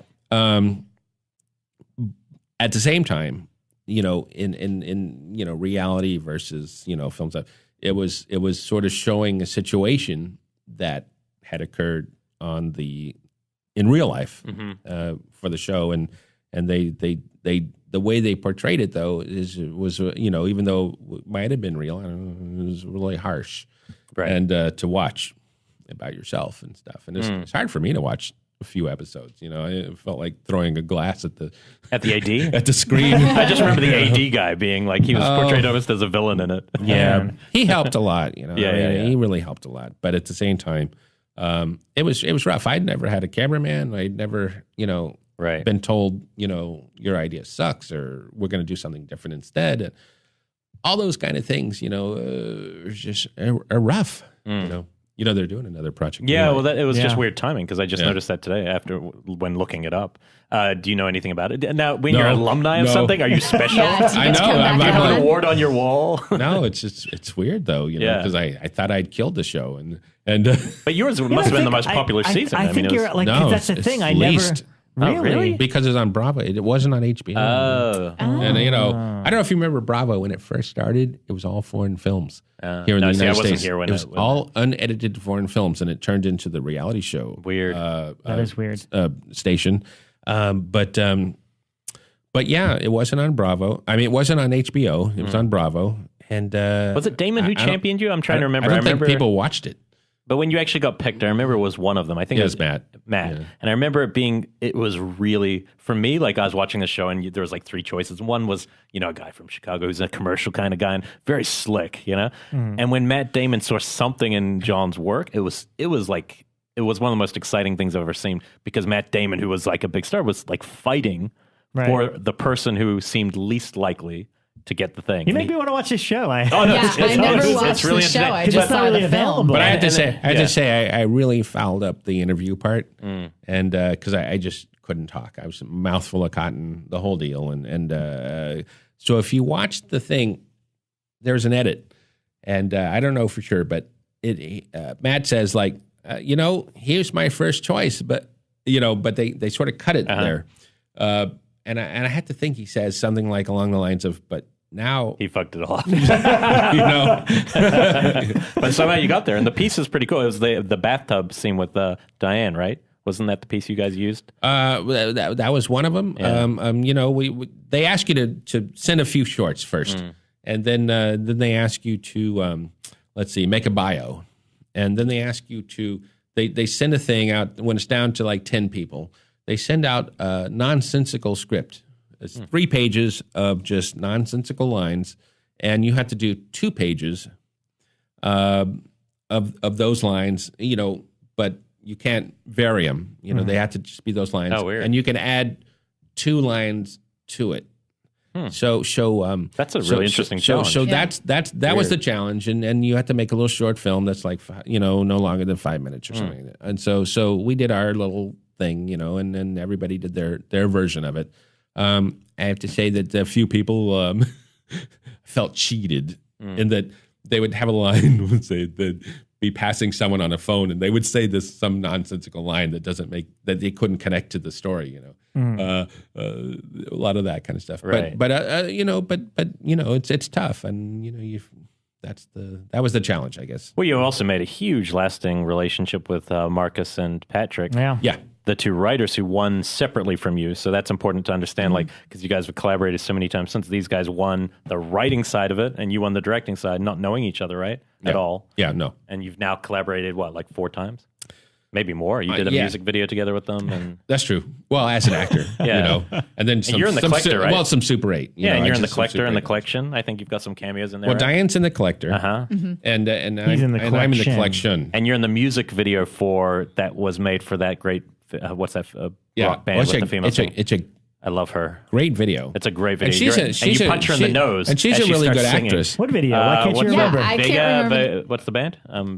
Now, oh my God, I can't believe I know them well because they're in my friend Mark's thing. I'm looking what is it her up, name? guys. Nico Vega? Yeah, that's it. Nico Nico Vega, and they're really, really badass. And they're on the soundtrack to Collector, and there's a music video with you and Diane, and is your brother in it, Tom? Tom's in it. And you're in an elevator. And Dad's in it. He just literally punches the singer in the nose, and then it all gets it. She's a great singer. So yeah, you guys, and what was that? How beyond you're being forced? Here's a script from these guys. You're going to make the script. How does it go from there to? Well, but actually, Feast. Feast was like a $40 million script. You know how they say, oh, everybody thinks you're supposed to make a movie for $1 million and stuff like this. And so people write down they try to make a $1 million script. They didn't do that. They made a $40 million script, and that's the one that enticed everybody to like it.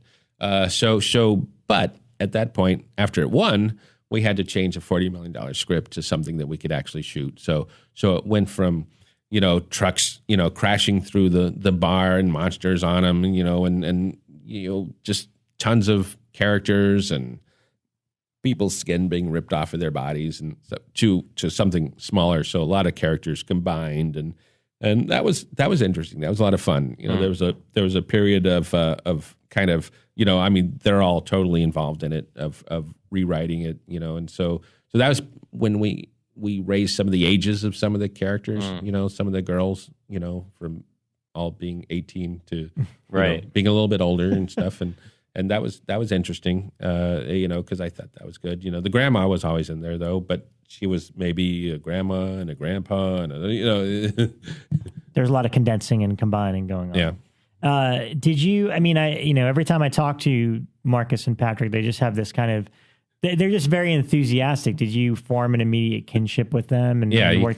And they also don't seem to, and maybe I'm wrong, but they don't seem too attached to the material. Like they're legit good writers that are like, you know what, if that's what we have, then this is what we should do. And even listening to their commentaries, I actually just listened to the Piranha one, where I think he was telling, like Marcus is telling his original introduction to David Hasselhoff in it, which is great. It was funny too, but that's the thing. It's like they're the type of guys that are like, well, if that's not going to work, then let's do this instead and not take it personal.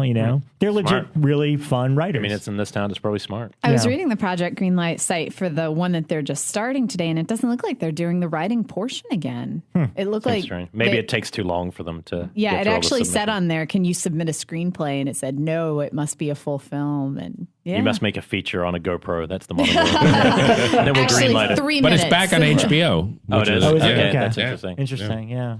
Damn them. Now, I know after the Feast films, the 3 Feast films, and we can go back to them, but I remember there was this period where you obviously weren't directing anything, like especially studio, and then I'm just very curious how out of the blue, after not working with the Weinsteins for so long, they suddenly just like call you and be like, hey, you want to make a sequel to Piranha 3D? It just strikes me as such a strange way to work, because most humans, John, have agents and managers. I'm really lazy. Yeah, I was wondering, had you been like pitching stuff that entire time and doing meetings, or did you just like fall off the face of the earth? No, I saw him at Stacy's, and I said to him, I think it was when Piranha 3 Double D had a lot of rumors around it, and people were excited. And I remember in England, they're like, "Oh, it's going to come out soon." And I just asked, one of the first conversations like this. So, have you got like a manager lining up your next gig?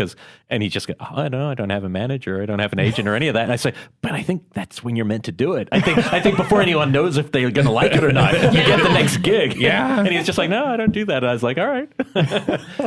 Well, I've learned a lesson. But I mean, was there a long period? But I don't know what the timeline is between, say, Feast 3 and Piranha 3 Double D. Even before that, I mean, with the way that Feast was released, how did 2 and 3 come about? Like, were you surprised at the call? We're doing 2 more. Well, they all kind of came about the same way.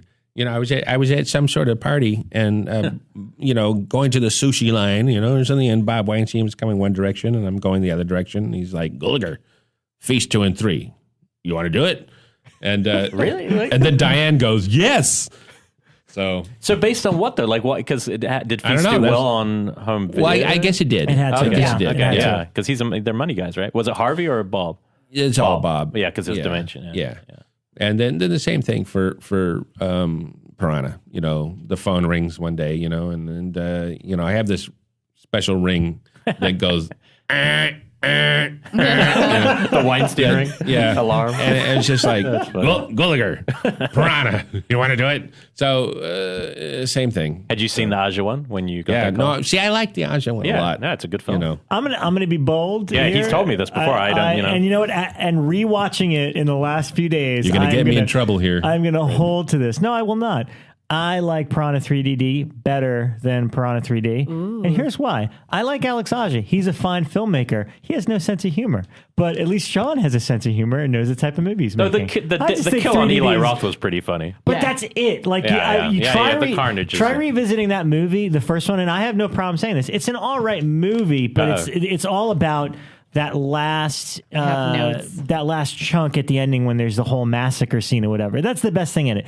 And 3DD has far better 3D than the other one, which was a post convert. Right. Yeah, but it was in scope though. It was in widescreen.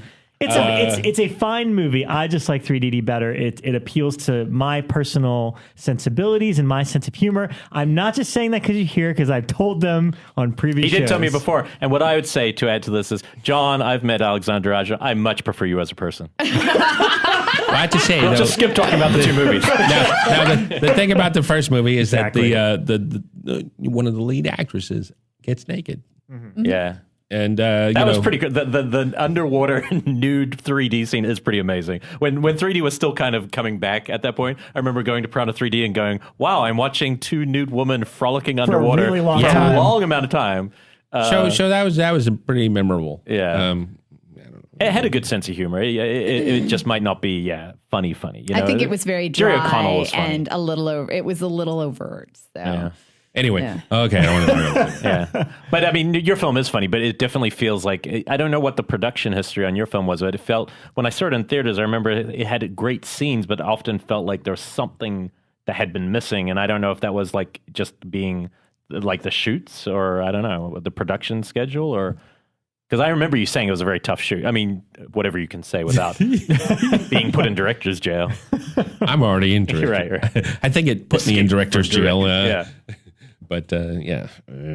But was it a tight, like... Well, no, it was actually as far as scripting goes and stuff like this, a lot of stuff maybe, we had a version originally, and that wasn't necessarily the version we made. That said, the actual shooting of it was very smooth. Was there a lot of studio But see, there you go. involvement? The smoothness of a shoot is not necessarily the... Yeah, that's interesting. The best thing. I like Danielle as the lead. I think she seems like a character I kind of... Katrina Moden, I love. I mean, everything I see her in, she's hilarious. And I remember watching it when it first came out, and just the scene when she comes out and she's just... that seems pretty... I've heard so many stories about the Weinsteins. Are they very involved in the shoot? Like they're, making changes or saying you've got to put more of this in to sell it into Bekah? More in this one, probably, because it was definitely the highest budget of anything I've ever worked on.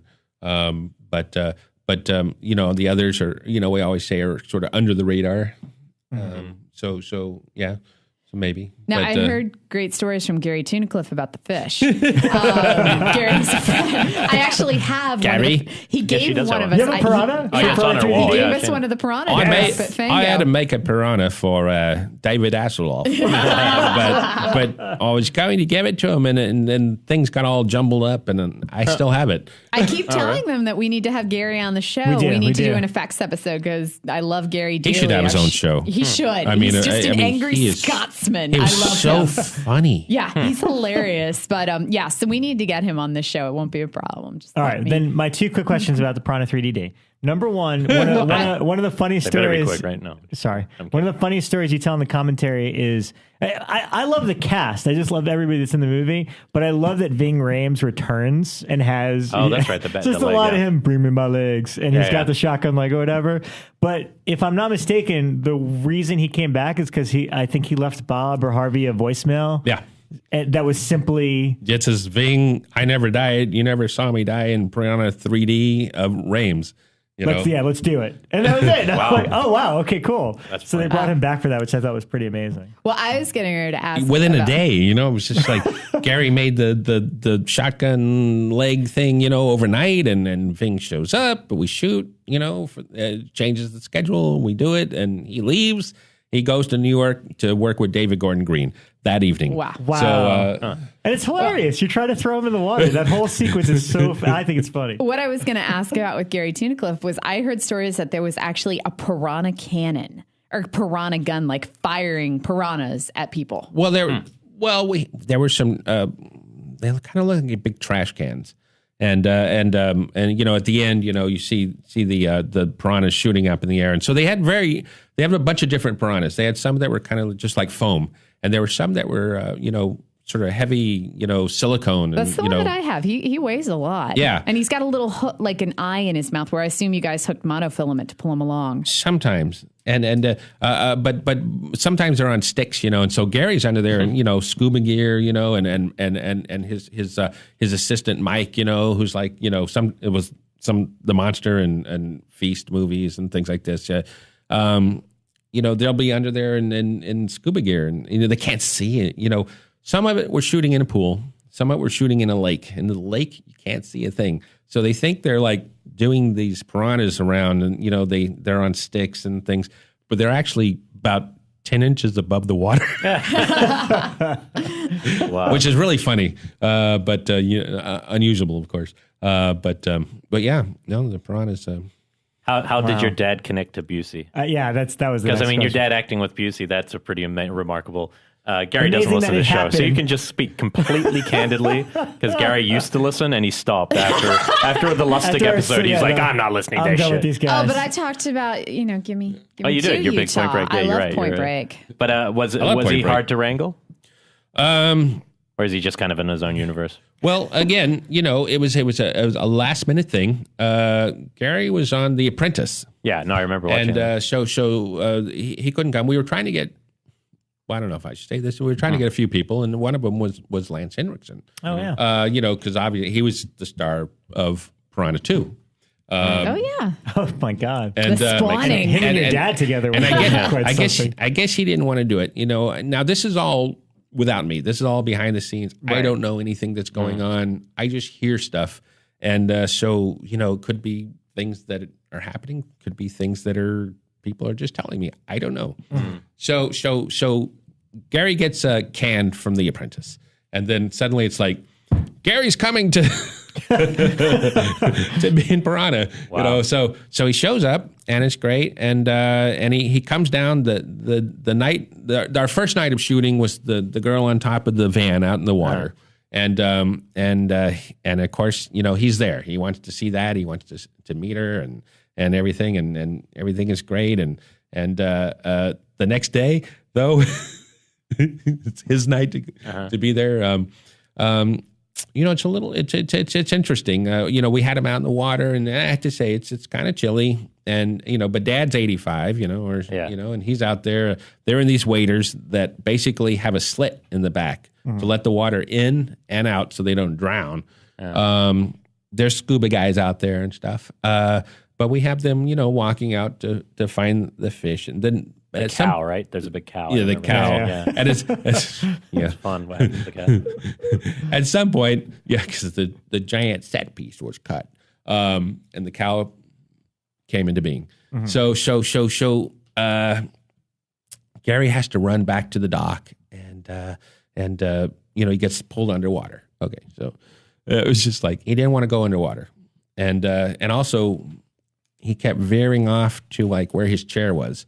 So it wasn't in line with the camera, and so finally I was like, well, you got to go underwater. He goes, well, I'm not going under the water. He goes, I go, but you got to go under the water. Something he says, nope, not going to do it. And I go, but Gary, you like the fish that are stuck on your face? He goes, yeah, I like those. I go, but how are they going to get there? He goes, all right, I'll do it once. Wow. So we shoot it, and then Alex, the cameraman, comes and goes, John, we gotta do it again.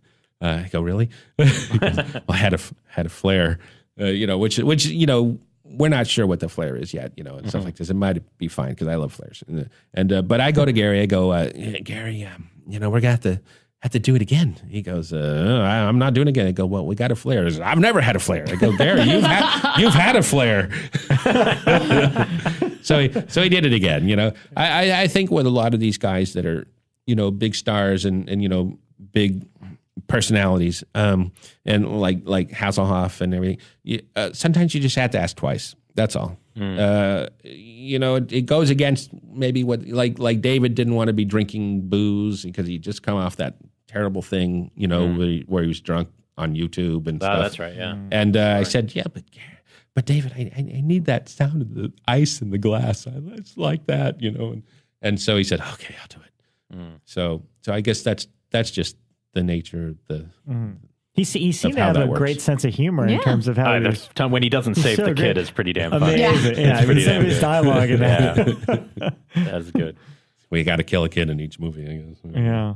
And what are the biggest challenges of 3D? Because I guess I don't know much about modern 3D, how you actually are shooting those films. So I assume it's made much more difficult when you're dealing with water and having multiple cameras. I would also think it's a lot more expensive to shoot. Like, do you have to be like limited on the amount of footage you shoot or anything? Yeah, you're very limited because you have a lot of times I can grab a camera and just run off and shoot some stuff on my own and everything. But on this, you have like a train of people behind the camera.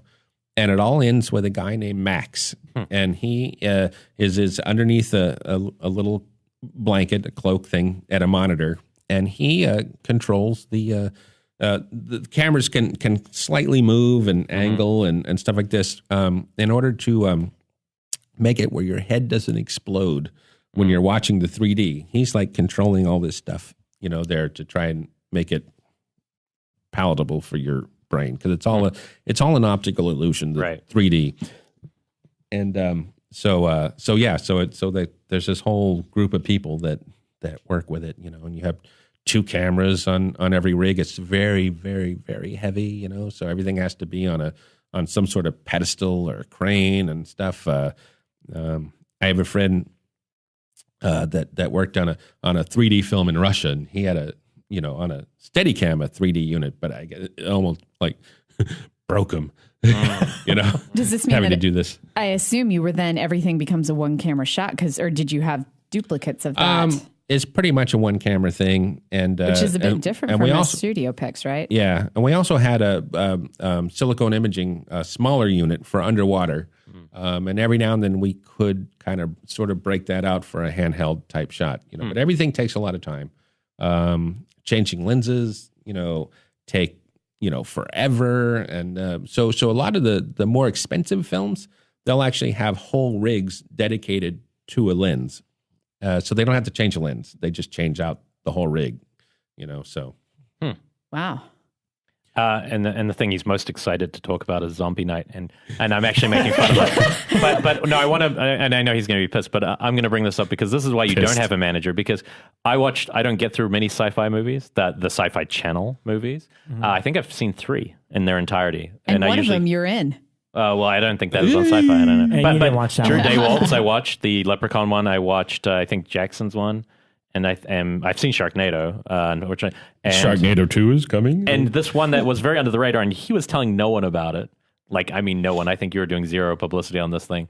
But it's called Zombie Night. And you know what? Watching it, the one thing I'd say to you, and I did say it to you straight after, and you still didn't care. You wouldn't take it as a compliment. But I really thought as a pure directing gig, and I'm sure you're up against a lot on a time frame for a shoot like that. But as a pure directing gig, I thought it was one of the things that could most get you another directing gig. I really felt on a purely filmmaking level, you had done a really solid job on that piece. Just watching it, I was like, this is really well made. And if I was your manager, maybe I should become your manager right now. I could have gotten you straight from that to another. I really believe Elric that. has a new Couldn't job get you now. any gigs. It's got Anthony Michael Hall. Go to it, Elric. Yeah. No, it's got Anthony Mike Hall and Daryl Hannah, and it's all set in one night, and it's a zombie story. And it's very simple. Now, this wasn't like an asylum film. This was sci-fi. This was an asylum. I thought it was So sci-fi. it was asylum. No, it was. Asylum, It was yeah. Really? And I thought it was sci-fi. Huh. No, it was totally an asylum film for sci-fi. Yeah. Okay, that's fine. And I don't know. I realized that not everybody knew that, and not everybody knows it going in. I don't know. I don't know what the agents tell the actors. You know. So I know what I knew, and then I realized later that not everybody knows that.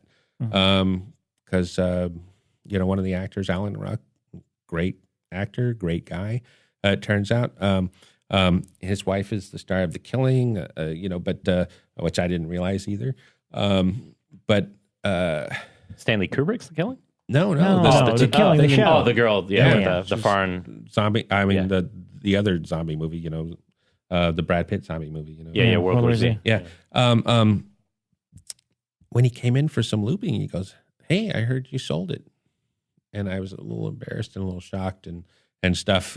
Because I just didn't want to say anything, because I felt and I shouldn't be saying this kind of stuff. Maybe I don't know, but I don't know if anyone. But it was just it's kind of weird, and Mrs. Partridge was in it. Yeah. She was good. And my joke is that and it's not a joke really. I said, I can't believe you're doing this. She said, either can I. Oh.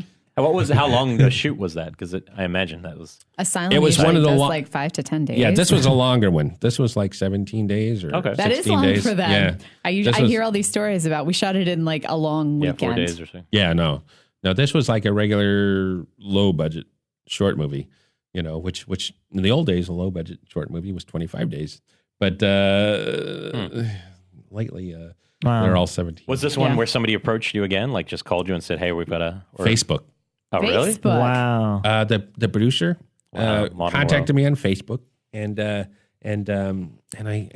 said, well, she said, well, just come down and talk to us and meet us and stuff like this. I'd love you to come down. So eventually I went down and said, hey, what's going on? And I met everybody, and everybody's really nice, which was the thing, because really I was going to call back and say I really couldn't do it, and everybody was so nice I did it. Yeah. So there you go. You were talked into doing it because of how nice everyone was. But you had things like, obviously, with a film like that on the script, just like all the films, everything changes when you actually we need a car upturned with flames. I remember sometimes things won't be there. Some things that you don't have to respond if you're not. But I imagine you can't get everything that's on page, right? That said, I think every film is like that. Mm-hmm. Right. Yeah. That's kind of what it's almost like, you do the pre-production and stuff like this, and maybe I'm not totally good at that either, but during the filming, it's problem solving, one problem after another, and sometimes you don't figure out how to solve that problem until a few weeks after you stop shooting, but or maybe a year later. There's all kinds of things on Feast 2 and 3. I should have done it this way. Zombie Night, there's a few things there that could have saved a lot of heartache if I'd just done it. It's the first time I had a Steadicam, by the way, on Zombie Night, which was neat. I realized I could have done that, utilized that a little bit better on certain things to get through a scene quicker, so I could have more time for some other things. But I guess that's life, yeah. I hear actors all the time saying, a year later, they'll be on a plane going, that's how I should have done it. That scene. Yeah. So maybe that's just the way it is. I just think that you should not keep this one such a secret. I think that there'll be people out there who will probably really actually enjoy this film. Yeah. And, Anthony Michael Hall's in it. So come on. I'm sure a joy to work with. Yeah. Yeah.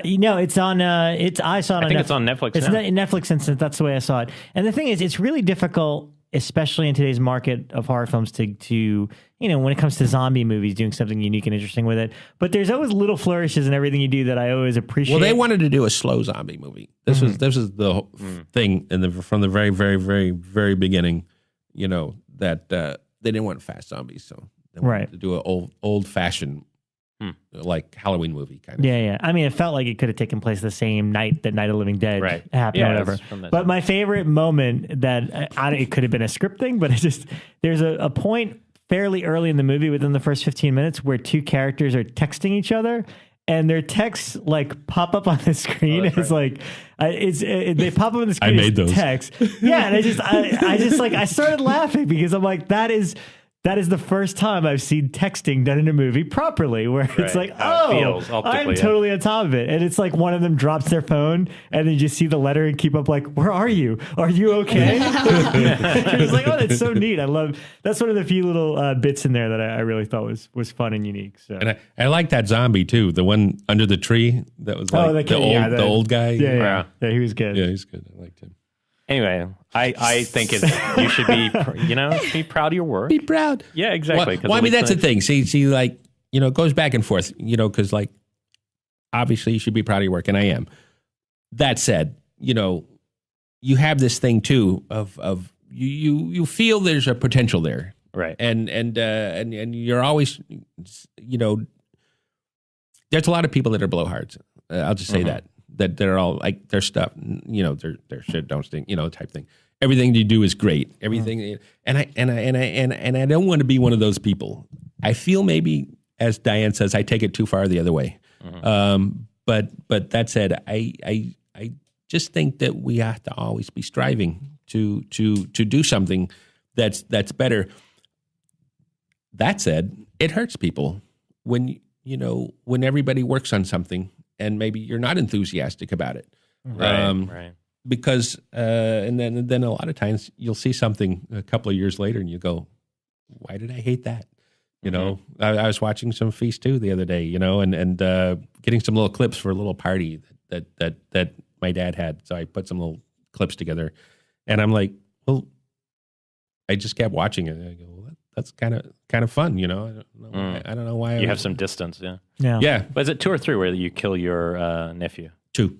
That's what I was getting. That's an incredible moment. That's Tom. That was something that I almost was so in disbelief. I almost had to leave the room because I'm like, wait a minute, I need a second to process. It just reminded me thinking of that when we watched this movie, Deadly Eyes. We watched Deadly Eyes, that Canadian rat film last week, and as rats. Yeah, and there's a baby early on, and there's a rat coming towards you, and you're like, it's never going to happen. And suddenly off screen, that's off screen. But the thing is, Eden, and I always think back to your film because I'm like, that wasn't just any kid who he killed. Also, did you guys ever see Battle Los Angeles? Yeah. No, I haven't seen that one. Battle Los Angeles. You should watch this because if you watch Feast 2, it's pretty interesting because they do everything that we do in Feast 2, but seriously, they do the autopsy and stuff because there's always an alien autopsy and stuff like this, and they find out how to kill the alien, which is the centerpiece. One of the centerpieces in Feast 2 is the alien autopsy, the monster autopsy, to find out what makes these things tick and blah blah blah. Only it never works out in Feast, but in Battle Los Angeles it worked out. But I think it's kind of interesting because you could juxtapose the two, they drag the monster over to a place where they can cut him open and someone out there on the internet, please do a comparison side by side. Was 2 the most fun you ever had on a film? If 2 feels very light and fun. Well, we did 2 and 3 together at the same time. You shot so that was very that was a little. There were some tough things that I can't to this day actually talk about because they would hurt other people. But yeah. I like how concerned you are for other people. Well, no. You don't see it much in this industry, so I kind of appreciate I think that. I've said a lot. Why are you so guarded, John? Why? Been like, Jim, that fucktard just didn't get anything right. But no. I did. Not necessarily that kind of stuff, but just politically, like it would hurt other people, for information, we don't need that. How it is. We don't need that, You know how it is. And but yeah, we went to this little town called Plain Dealing. Well, it was out of Shreveport, Louisiana. Is that where you shot the last 2? Yeah. Is the first one shot there as well? No, that was shot here. Okay, yeah. I was going to say it looks very desert-like. And Silmar, but we went there because they'd had the Hurricane Katrina and everything went up to Shreveport, because it couldn't shoot in New Orleans and stuff like that. So we found this little town north of Shreveport called Plain Dealing, Louisiana, and that's where we went to shoot, all the outside stuff and running around and the 2 buildings and now they won't allow any movies to be shot there anymore. But is it because of you guys? Did you ruin it for everybody? Yes. And but it was really neat. Some of the best hamburgers I've ever had in my whole life. A segregated town still. Wow. Yeah. Uh-huh. And there's a line, basically. And so because everybody from California and everything, it's very interesting to us and very freaky. And we had the monster penises and stuff like that. I think I talk about this on the DVD or something. But I was challenged to a fight over the monster penis and to be arrested. Oh wow! Because of this, I don't know what you do out in California, but here in Louisiana, we don't have monster penises in front of our ladies. Wow. So and of course, then the monsters, you're just strutting around and anyway. So you're like Werner Herzog getting arrested for your art. You're on the same level. Yeah. Well, I gotta ask just in case, and I this is not really a spoiler per se to the Feast franchise, but the third one ends. The ending of the franchise is so out of left field and so insane. how did that happen? Why did you go that route? Well, in terms of introducing and showing things that you're like, whoa. you have to go way back in time. And when we first started the whole thing, is when Transformers first started. And my whole joke is that we could only afford a foot. Okay. There you go. And in the end, Diane and I are doing the feat at the end anyway, so up on the roof of Neo Art and Logic, so it was just us.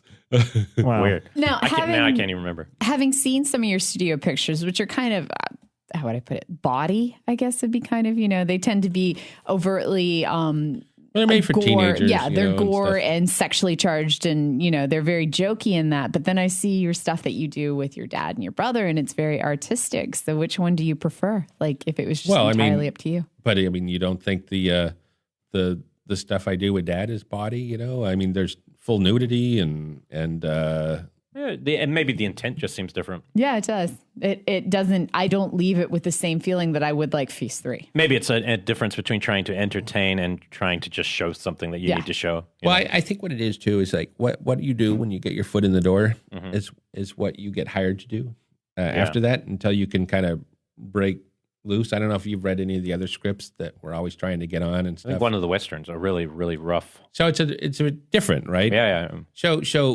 Feast one, Feast, is kind of a zany, movie.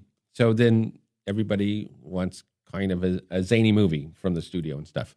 So then you try to make something that shows a different side to yourself and to your filmmaking and your intent and all that kind of how you go about things. So that's basically the situation. I think it would be like that for all of us, and some of us are probably better at navigating that than I am. I'm surprised in a sense that you guys seem like you might have had some success. Also, being multiple of you in the Kickstarter kind of realm, and the crowdfunding for one of these kind of projects. Just given that there's a few of you and there's somewhat of a following, just especially in LA. I think. I don't know. You've never tried though, right? No. Yeah. I want to buy a camera. I'm always trying to buy a camera. This Zombie Night. This guy needs a manager. Please tweet Yes, in if you're willing to. So Zombie so. Night. I was trying to buy a red camera, and I had finally found a little situation, a little Scarlett for Scarlett PL mount for $10,000, and so I was trying to get them to give me $10,000. Didn't get the camera. It didn't work out. Asylum. You were trying to get Asylum to give you $10,000.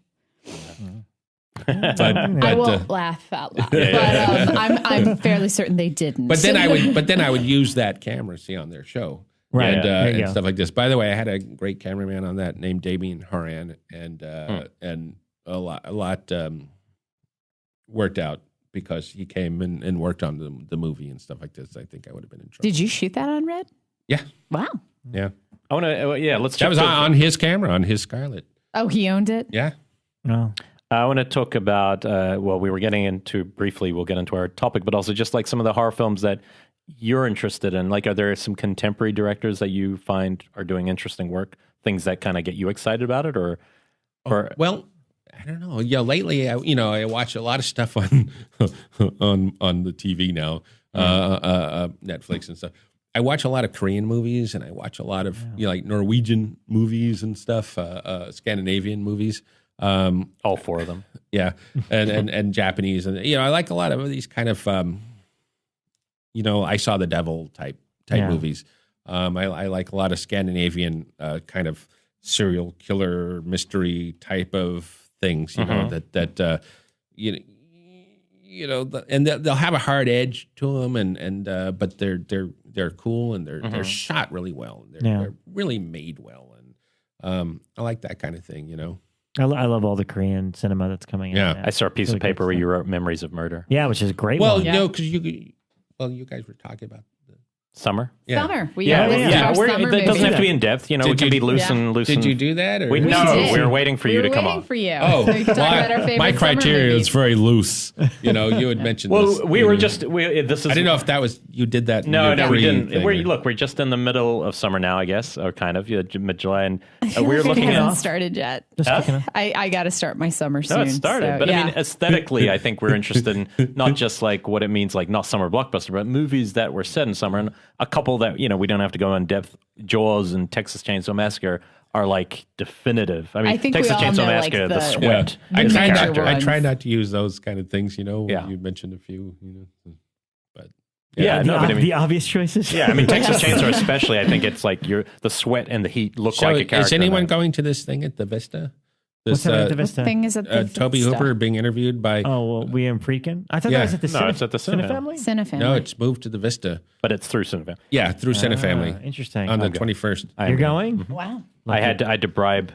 This is how cool it was because I can never become a Cinefamily member because I can never make it. But I literally just wrote saying, "Hey, can anyone get me in?" I saw and that. it was Yeah. Micah. Micah stepped to the party, and the tickets are actually pricey because I thought it was just a normal price, and then they said, "Actually, this is going to be $35." And I said, "You know what, Friedkin? I've never met Hooper. I've never seen him talk live."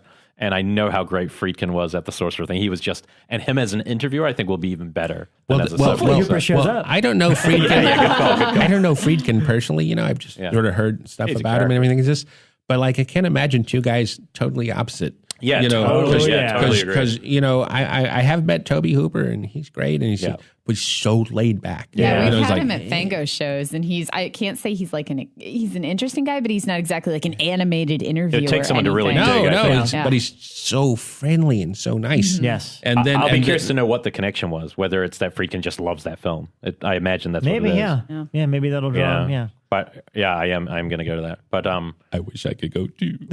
Well, we'll put a tweet out for you. It's as easy as that. Somebody get John in. It is on my brother's birthday, so I don't know. I may have a problem.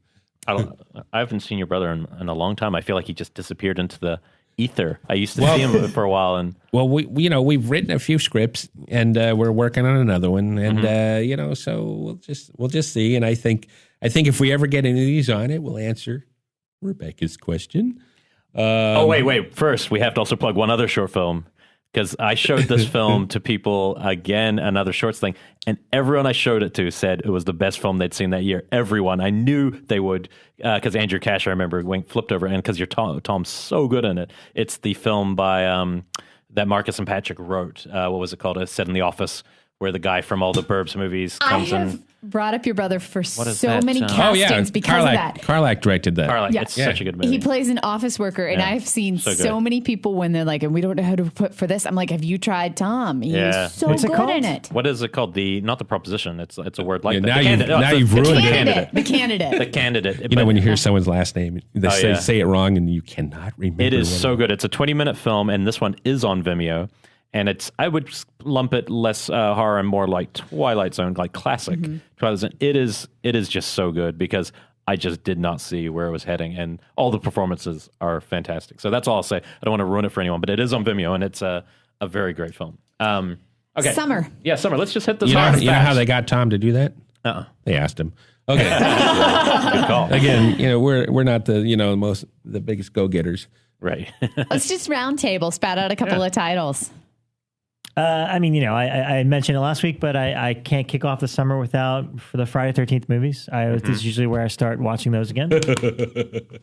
Obvious, but true. That seemed like a mocking laugh. It did. From John. It's all right. I've got you're wearing the Crystal Lake t-shirt. I am. That's true. I'm not particularly fond of them, and so I need to go back and watch them all because, the only Part one. I know one's the I best need to of the start summer with it and ones, go I think, through. My in terms of favorite summary. one, they always laugh at me because my favorite one is like 7 with the telekinesis. I like that one too. I love that one. It's fun. But that's the only one that I have really vivid memories of because I loved it. But I need to go back and rewatch it. But when I was a kid, they were kind of like when Friday the 13th came out, I thought it was a ripoff of Halloween. You know? Exactly. Now, of course, I was a big fan of the effects and all have all the books, right? The effects, Savini, his books and things like that. But yeah, so I had a little prejudice, when they first came out. It was like they were like the lower end The lower end Halloween ones. You know what's funny about those movies? I don't think of summer when I see them because they all look like they're filmed in fall. Mm-hmm. There's something, besides the first, they all have a very different they're at summer look. camp, I know, but they're often wearing sweaters. You'll see a character, I think at least 5 of them have a main female it's protagonist not like LA who's wearing a sweater. LA, to cover up all the effects. Yeah. And they weren't shot in LA. In LA, I mean, at nighttime right now, I could walk outside and it's probably still in the 80s. But I think, looking back, like being on the East Coast, it would get chilly at night. The Burning, the Burning's obviously another modern one. That's a great one. I look at some of the ones that where the sun, I like it when the heat's really like palpable, like The Hills of Eyes, Wes Craven. Oh yeah, I have that one on here. Pretty much all his films. Deliverance, which borderline horror. I Spit on Your Grave. Not saying I Spit on Your Grave is a film I even would ever want to rewatch, but summer. Let's kick off the summer. Yeah, Spit on Your Grave. That's one of those movies that I own, and I'm like, why do I own this? It's like a Serbian film. Yeah. I'll never watch it, but I feel bad selling it because I kind of want it in my collection, if that makes sense. But then I'm like, why do I own this? I'm never going to watch it again. Yeah. I have a weird one though. One that you don't. Bay of Blood's another one, but that's all the classics. I still haven't been able to see a Serbian film yet. Oh, really? You're not really missing that much. I mean, can you what just it not is. Find it? Or? That's not a summer film. I own it. Evidently, someone gave it to me. Before it was released, and I was waiting for it to play in the theaters, and then when it played at the New Art, I was out of town. So I missed it. Oh no! So You're never really going to be in the mood for it, and you kind of know what it is. I don't know. Like 10 years from now, you'll go, I don't know why I was upset about the Serbian film. Blah, blah, blah. So much worse. You can watch films from the 70s. I can name half a dozen Japanese films from the 70s that are far, far worse than Serbian films. So, one place that we never see in summer, though, I thought that I really liked the idea of was New York. And Q the Winged Serpent is a film I always thought about as a summer film because I remember the girl sunbathing on top, and then she gets beheaded by the creature. And the cool thing about it is the blood. You don't actually see it bite because it's animated or whatever. And then suddenly you see the reaction shots of all the people with blood falling on them. But what you see is Chicken Boy. And there's a giant freaking thing called Chicken Boy, which I became before this even, I became obsessed by when I bought a book about LA oddities. And it's this giant freaking statue of a giant chicken.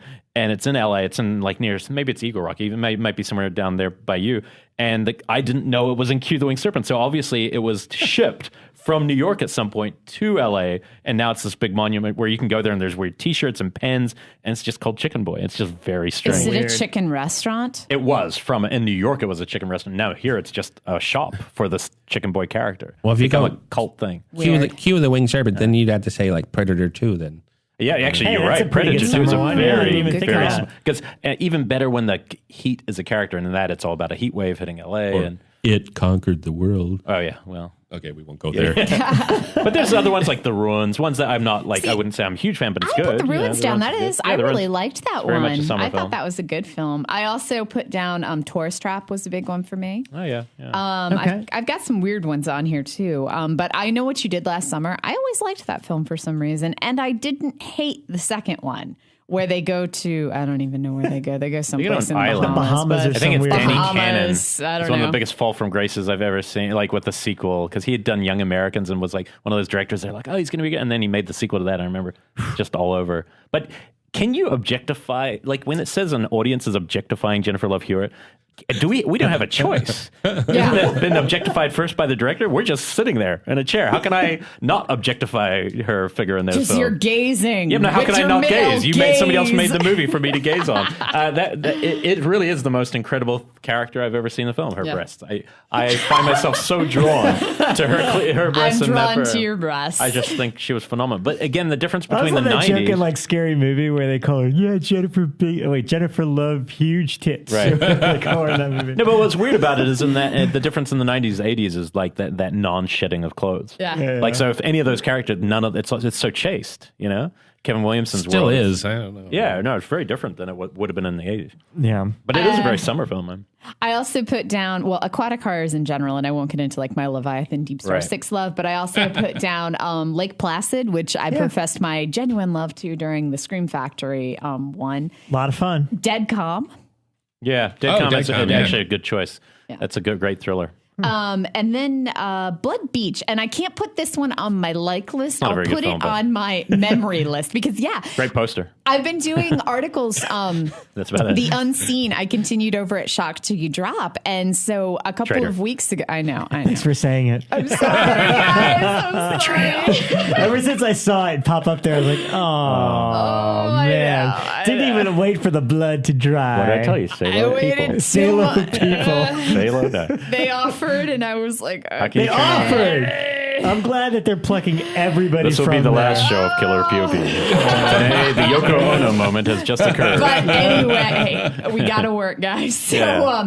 So anyway, Ryan had approached me about doing Blood Beach, and I was like, okay, you know what? I'll go back and watch it. Oh, really? You watched the whole thing? And I watched the whole thing a couple of weeks ago with the intention of doing an article about it, and it was awful.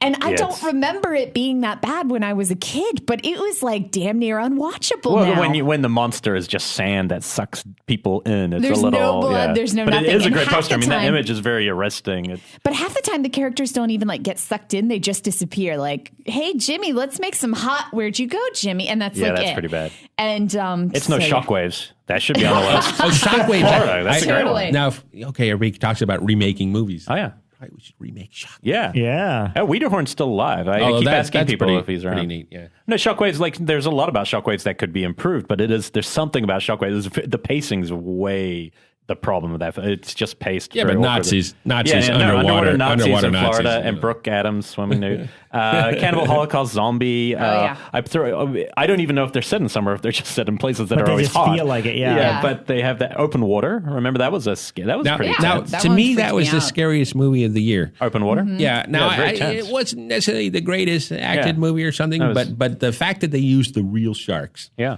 And there are a few shots there where the sharks come up right in front of the camera and they're in the background and they have that one shot overhead looking straight down where the person's floating and you see the sharks swimming underneath them. And, I'm scared, They sold it, scared I of mean. sharks anyways. Yeah, they sell it completely. I watched it, alone in the middle of the night, as I do a lot of movies. And it was scary. Yeah. It's one of those movies that's very effective the first time you see it. Yeah. But I don't know if it's got much replay value. I don't because know. once you know the whole deal, It's just about the like, tension you're watching. But And the then tension the first time you see it, it's just a one of those making of that movies. would be interesting. I would like to see Yeah. that. Yeah, I would, because the Barracuda were what scared me. So There's a great one of the best summer set movies, a little less horror, I guess, is De Palma's The Fury. Is just a great summer. Like it just opens on the beach, right on Lakeshore Beach, and it's Kirk Douglas sweating throughout the film, and then heads getting exploded at the end. But it's it's a little less straight horror, but it's a good one. And I guess Jim Belushi in it on the beach there, right? Oh, okay, I don't remember that. Well, he went on one of these talk shows, and I don't know if it's real or not, but they showed an angle, where you see Jim walking along with a bottle. Like they didn't realize it was him. And then when they switch angles the other direction, he's walking along again. Oh, great. Oh, that's funny. So and they showed that on one of the Johnny Carson or whatever it was at that time. Well, it'd been funny if they billed him and gave him credit in the poster and tried to sell it that way, whatever. Well, no, he wasn't anybody yet. Was Cassavetes in The Killers with your dad? Yeah. Yeah, and he punched Ronald Reagan that one, right? I don't know. Who? Wait. Cassavetes, didn't he punch Ronald Reagan in that film? I don't know. Oh. Ronald Reagan killed my dad. Yeah, no, then he My did. dad was Then the he did. last fake person he killed. Oh, really? Wow. The last fake person Reagan killed. That's funny. And just one of my personal favorites, VHS. Kind of, it's not a good movie, but I think the Mutilator. If I could probably remake a title and not a movie, the Mutilator would be the one. I love the poster. It's kind of a nice movie. It's a little awkward, It's but got Big it is set up. Ed in it. They go off to the Nice. beach and they have a nice. They realize the father was like a collector of all these trophies, and it's a little awkward. And to be honest, I have a feeling that one's not shot at summer. I think they're trying to pretend like it is, but it looks actually kind of cold. And again, a lot of people in sweaters. And it's which got is an always uncomfortably large fish hook. Yeah. And it Big has a Ed. couple really good kills Yeah. at the end. It fell into distribution issues, and that's why there's never been a DVD at all. I keep asking the Severin guys if they would track it down, and I think they might. Yeah, I've never seen that one. I'd like to see that, I actually. have the VHS. It's got some if you really ever good, want to snag it. some good scenes, but it's a little clunky. Yeah, Got it's, my it's- VCR hooked up, so yeah. I got two kind of deep cuts that I'll do. One of Oh, them, snap. no, they're not that deep. How deep? These are Like Lost Boys? These aren't like That deep? it's totally deep because it's set in the summer on a beach, front town. No, Santa Carla, but yeah, it's not this. That is summer. It is. Yeah, it I is. think Lost so, Boys yeah. is summer Lost Boys is a because great you know movie. they break up the beach party to eat all the like biker dudes. I think it's the only movie Matthew Perry Perry Holmes has ever seen. If he's listening, I like to, that's just for He you. has seen Near Dark. I can he has, validate okay. that. So, but there's Nothing Out There. Is yeah, you guys Ralph- have seen this Ralph one? Kinefsky. Ralph Yeah, love it. Kinefsky. And this is one that I don't think a lot of horror fans know about, but for some reason I saw it back when it was like first released. And it's literally like the Cabin in the Woods, like decades Yeah, before it Cabin in the was. Woods came along, where at this time Ralph had discovered the kind of, repeat cabin slasher genre and makes this kind of self-aware little satire of it. I haven't seen that for a long time. I'd like to see it. I believe Trauma put it out Yeah. again on DVD. It There's a new doesn't release. hold up as well as it did when I was a kid because we all know the formulas he's making fun of now. And if you've seen like The Scream in the Cabin in the Right. Woods and things like that and then watch it, it's kind of like, hey, I've seen this done on like a $10 million budget before. But it's still smart. It's Tremendous amount of charm to it. Yeah. The whole opening scene takes place in a video store, which I love. It's just there's something about the opening that evokes what you love about movies. Yeah. But there's Nothing Out There's a really, really good, solid It's one. got some good humor to it, and the creature's really cute. He still has it. I have pictures of me hugging it. And in So- fact, there's at the beginning of the show when we mentioned cat scares, there's a great cat scare in There's Nothing Out There where the character actually says, "Where the hell did that cat come from? Was it hanging up on the ceiling? I don't understand what this is." And that's what's so great is Rob- that it's like establishing all of these formulaic tropes that we've seen over and over, but it was kind of the first one to do it. But because it was doing it on such an indie small scale, I don't know if it got quite the recognition that I wish it would have. Yeah. Do you know him? So John? You what's know that? Rolf? Oh yeah. Yeah, we should have him on at some. Well, I don't know if you know. I don't want to get too I love much Rolf. into it. It's crazy. But I mean, the whole story is the movie opened during the LA riots. Yeah. So that is why nobody knows anything Wow. about it. That's when it opened in LA and nobody saw it. I had never heard of it until Yeah. I went to go see a screening. Rolf did, and his dad. Oh, yeah. His dad was there and stuff like this. Yeah, It was yeah. over at the Fine Arts or something like this, and that's when I saw it. they did a screening of it a couple of years ago at Not too long ago, New New Bev. Bev, yeah. I Not was too there for long that. ago. And actually, I think I talked to you in line. I was standing Most behind likely. you in line, and I had a Yeah. conversation with you there. So, Yeah. and then my other kind of deep cut is one called "Don't Deliver Us from Evil." Don't deliver us Don't from evil? deliver us from evil. Not currently playing in theaters. Right. Which is by Joel, and I can never say his name. I'm going to say Sierra, but that's probably not right. Sierra. No one who knows who you're talking about. No, anyway, not a so- clue.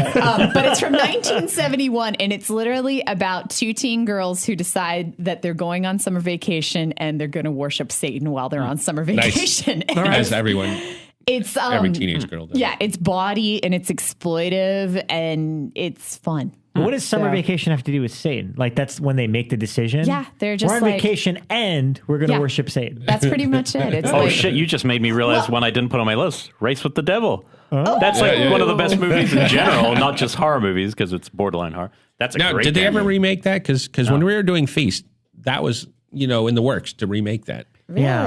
And I thought I heard rumblings about that as early as last year, as recent as last year. I imagine Swanberg and AJ are working on it because that would be their dream. I could see the two of them. But that film is, if you have not seen Race with the Devil, seriously, it is about as much fun as you can have watching a movie. It's so simple, but it's Right. just a Yeah. great chase movie. The only one I want to throw in there, which I actually watched this week for the first time, is The Final Terror. I haven't Because Scream seen it. Factory just put it out. And it's one of those movies that I don't know if it even had, it might have had a VHS release, but I don't think it did. I think it just never came out. Yeah. And it's one of those like really lost, hard to find movies. And a lot of the appeal to it is that there's, Daryl Hannah's in it. Adrian Zemed's one of the leads. A fairly decent all-star cast, early slasher movie, 1981. Scream Factory did a really good job with it because there are no more original elements left.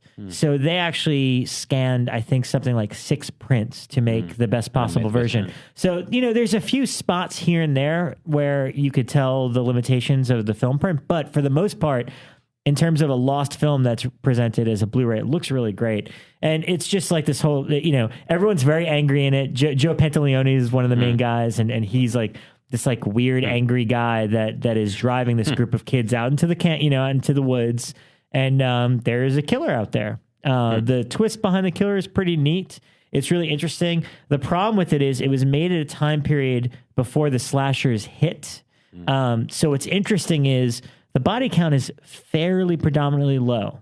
There's a opening scene that has 2 people get killed in typical slasher tradition, which was filmed afterwards because they realized, like, in other words, they weren't ripping off slasher movies because they inadvertently made a slasher before slashers were a thing. And they realized that their formula was, oh shit, we actually forgot to like kill people in this movie because that's the thing. So it's very, it's not great. It's not bad. It's a really interesting movie to seek out.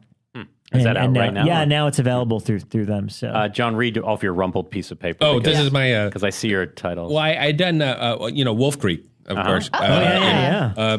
I'm not always a big fan of the people lost out in the jungle or the desert and all that kind of stuff, or the, the bloody outback, mate. Yeah. Man, you bastard. Yeah. When then Creature from the Black Lagoon. Definitely. And all those kind of movies. The Host, I would go. And then, so with Memories of Murder. So it's not totally a horror movie, but just awesome movie, I think. It's great, man. And then the 2 Piranha movies, the original Joe Dante Piranha, and the Aja's Piranha. I did like that one. How very political of you to include both those on this list. Well, what can I say? Predetermined. But they were great movies. They were summer movies. Yeah. And I did think that Aja's had some humor to it. So he doesn't think so. I know, but I thought it did. It was a fun film. I shouldn't gossip, but there's a funny story where I'm going to tell it anyway. I don't think he'd mind. Brian Collins told me that he went up to Aja and said, like, oh, it's nice that you finally made like a fun movie, like a funny movie like Piranha. He's like, it's not fun. It's not funny. And he got all mad at him. And apparently at another screening, I think it was like one of the Hills Have Eyes 2 or something like that, where he was supposed to sit next to him, and Aja saw Collins and made his wife sit next to him instead. Oh, that's funny. Like he actually hated him for calling his movie funny. Brian Collins? What am I, a clown to you? Exactly. Wow. But how do you know? I mean, it's probably a French thing. You see the first Piranha and you're like, wait, you weren't intentionally making a comedy? Because it's a pretty funny movie. Yeah. But I will give it up for Elizabeth Shue in that movie. Yeah, she's really as good. hot as she's like ever been. Which I went to Karate Kid at the New Bev the other night. I was there. Rob is a diehard fan. Of course, one of my favorite movies of all time. He's going to be your knight in shining armor and That's the right. man you're dreaming For you, of. anyone at home, just know that right now John is dressed as a shower. Just so you know, that's how you came to the interview. So, Elric, you know what movie I can't believe that you didn't mention when you're talking about Aussie films like Wolf Creek and The Heat? Wake and Fright? Yes. Walkabout? Well, I guess I just don't think of the Wake and Fright as a straight horror film. horror film. But Yeah. it's horrific. And Walkabout's the same. I mean, and also I don't even know, are they summer or is just Australia fucking hot? Like, the outback's always hot. Summer have here not is been. not summer there, but Yeah. but if you're going that far, I would have to say Walkabout is one of my favorite Picnic and movies Hang- of it literally is. all It's- time. it's always on And my you'd have top to 10, Picnic and Hanging Rock, yes. Picnic and Hanging Rock's also very but that's Last during- Wave is very unnerving. But that's during school, isn't it? Yeah. They all get abducted. I mean, well, something happens So to it's them. not summer. I still don't. Yeah, Yeah, you're because they're probably all right. Yeah. schoolgirls. So. But in the outback, in that part of Australia, it's always just crazy, blazing hot. But Wolf Creek, I think, was the first to just go, hey, this is a horror film. I mean, the first in a long time in Australia, I think, where they just were separating themselves from something that is going to unnerve and actually disturb you, not just... Wake and Fright is still an amazing movie, though. Yeah. If you haven't seen that, or Walkabout, they're both incredible. But they're both more like on the deliverance lines. Yeah, I agree. than Yeah, definitely. More like a true horror human film. thrillers. Yeah. They scared the shit out But of Wolf me. Creek, the performance, this is the problem I had with Wolf Creek 2, and I know quite a few people who listen to this actually quite liked Wolf Creek 2 because I saw a lot of the reviews. But the problem with Wolf, I don't know if you saw it. It's it's actually really pretty well made. I think Greg was wasting his time making it because he should be making bigger movies. He just is one of those directors who's actually quite talented and should have just kept going. But the thing that's scary in the first one is his performance is so perfectly nuanced between being the Joker, the stereotype of Australia itself, to then this one moment where over the fire the guy goes, "Oh, it's great what you do. You get to shoot people from a helicopter that shoot kangaroo, blah blah," and he just stares at them in complete silence, and it's so I think it's one of the best, like in the last 10 years of horror, one of the best moments to truly unhinge you. And then this next movie, it's just Freddy Krueger. Next movie, everything's a joke. Everything's on, and there's no moments that are truly scary to me anymore. He's just a Joker, and I have to that's a revisit that shame. movie because I First one? only saw the first one once, and I did not have a positive reaction to it at all. But Well, I don't know if you're meant to. wanna- It's a pretty up kind of. Yeah, but like it was unpleasant to the point where I was like, I never want to see that again. Yeah. But then now, after everything I've heard about 2, it's like I kind of want to watch them both. Yeah, 2's just much more of a comedy, and so maybe that's why people like it. I just for me, thought it didn't care. one was made really well. It was. Yeah, I think he's a good director. And the actor, the lead actor. Oh, it's John Jarrett. Well, the history behind that is John Jarrett's your equivalent of like somebody who would be on SNL. So in Really? Australia, he's just a pure comedian. I've only seen pure him comedian. in like Dark Age. He's yeah. And, See, well, you mean I Rogue? didn't know that. So no, John Jarrett. Rogue, the movie Rogue, the other film. No, I swear he was in He might be. No, he might be. But in Australia, he is a that's Rogue. comedian, and he's the comic character in every movie, and so that was casting deeply against type when they did that. That was a big deal, and it worked really well, as it always does, right, with comedians. Yeah. Spanish Prisoner, Steve Martin. He's great in that. It's interesting. Drunk Love. Yeah, it works well. But anyway, so yeah, there's there's just Batman. Batman works, yeah. It does. So yeah, we're just throwing. There's going to be a lot more great summer and movies. we could open it up on Facebook and have people tell us what some of their favorites were. Well, since we just plugged it, kind of Dark Age. If you haven't seen it, I just had to look it up to confirm. Yeah, John Jarrett's in it, and it is an '80s crocodile film. Oh, and that's from probably why he Australia. was put in And Rogue. it's hilarious and wonderful, and I I don't think absolutely I've love seen it. that one. Okay. So it's That's great. cool. It's That would be really a good double feature then with Rogue to check it out for the first time. Yeah. Will, John, what can I say to You the man who has everything? Giving me the boot. No, I think we're giving ourselves the boot. Yeah, guys. We hit 2 hours and we I just have you ate been eating? puffs What and is this stuff? blueberries for dinner. Blueberries. Those are called blueberries. Blueberries. Ooh, You're not too up on your fruit. No. John, before we go, so right now you guys are most likely to go an independent right now for a film. If No. you just don't know what's next. You know, like I said, all my jobs basically are like someone just calls up and goes, "Hey, Somebody will listen to this. Well, hopefully. those are Final the Destination those are series. the paying jobs, Yeah. But yeah, like I said, it'd be nice to have it'd be nice to talk into the microphone, I guess. Yeah. It'd be nice to have an agent and all that kind of stuff. I don't think I appreciated all this stuff when I had it. Right. I'll just say right off the bat, Right. I fought against everything. I think I get that from my dad. Right. And, so when people would send me these awesome movies that have been made, and I won't mention any of them, I was just like, and then I, whatever. I think that's, I don't know. I did a lot of growing up still. What he's saying is he's ready now. Well, no, I'm not So even. bring it on. I'm not even saying that. me. But I'm just, for anybody that's in the same situation, it's just the way things go. You can't say, if you did this or that, your life would be different or better or worse. You just don't know. Yeah. And you just keep plugging along. Yeah. Until you croak. And I think that that's what I'm doing. And I think So That's what you're doing. Sisyphus will be his next adaptation, Mr. Camus over here. But no, I mean, and they're doing. I think one of the things I really wanted to get across, because I've had you on like 2 other different kinds of shows. The stranger with, but instead of just shooting the Arab, he cuts him up into pieces. Yeah, that's John's and dream project. No, but I wanted to get across so people realize that you guys have been working on some really interesting work that isn't the stuff that you guys listening have seen yet. And it'll be worth the hunt. I don't even know if it's possible in a couple, but Vic's possible. I don't think Moments. Is there any way you'd put the Moments piece up? Yeah, that's maybe just on Vimeo or something so people that's can just see it. students, But yeah, But if we wanted people to see it, I would just put it up. Yeah, there's just stuff that's different, and I think that is a valuable lesson because we all come here with dreams of what we'd want to do. And I think I was talking about this once. I think I read Michael Bay's top 10 film list once, and it was shit like Last Year, Marion Bad, all this crazy art house stuff, and it's like but he might have had that intent once in his heart, and LA squeezes it the fuck out of you. We might as well end in controversy. Okay. Oh, here we go. So Dad and I went to the Highland Theater the other night, and we watched Transformers 4. How much of it did you watch? Watched the whole thing. Wow. Ooh.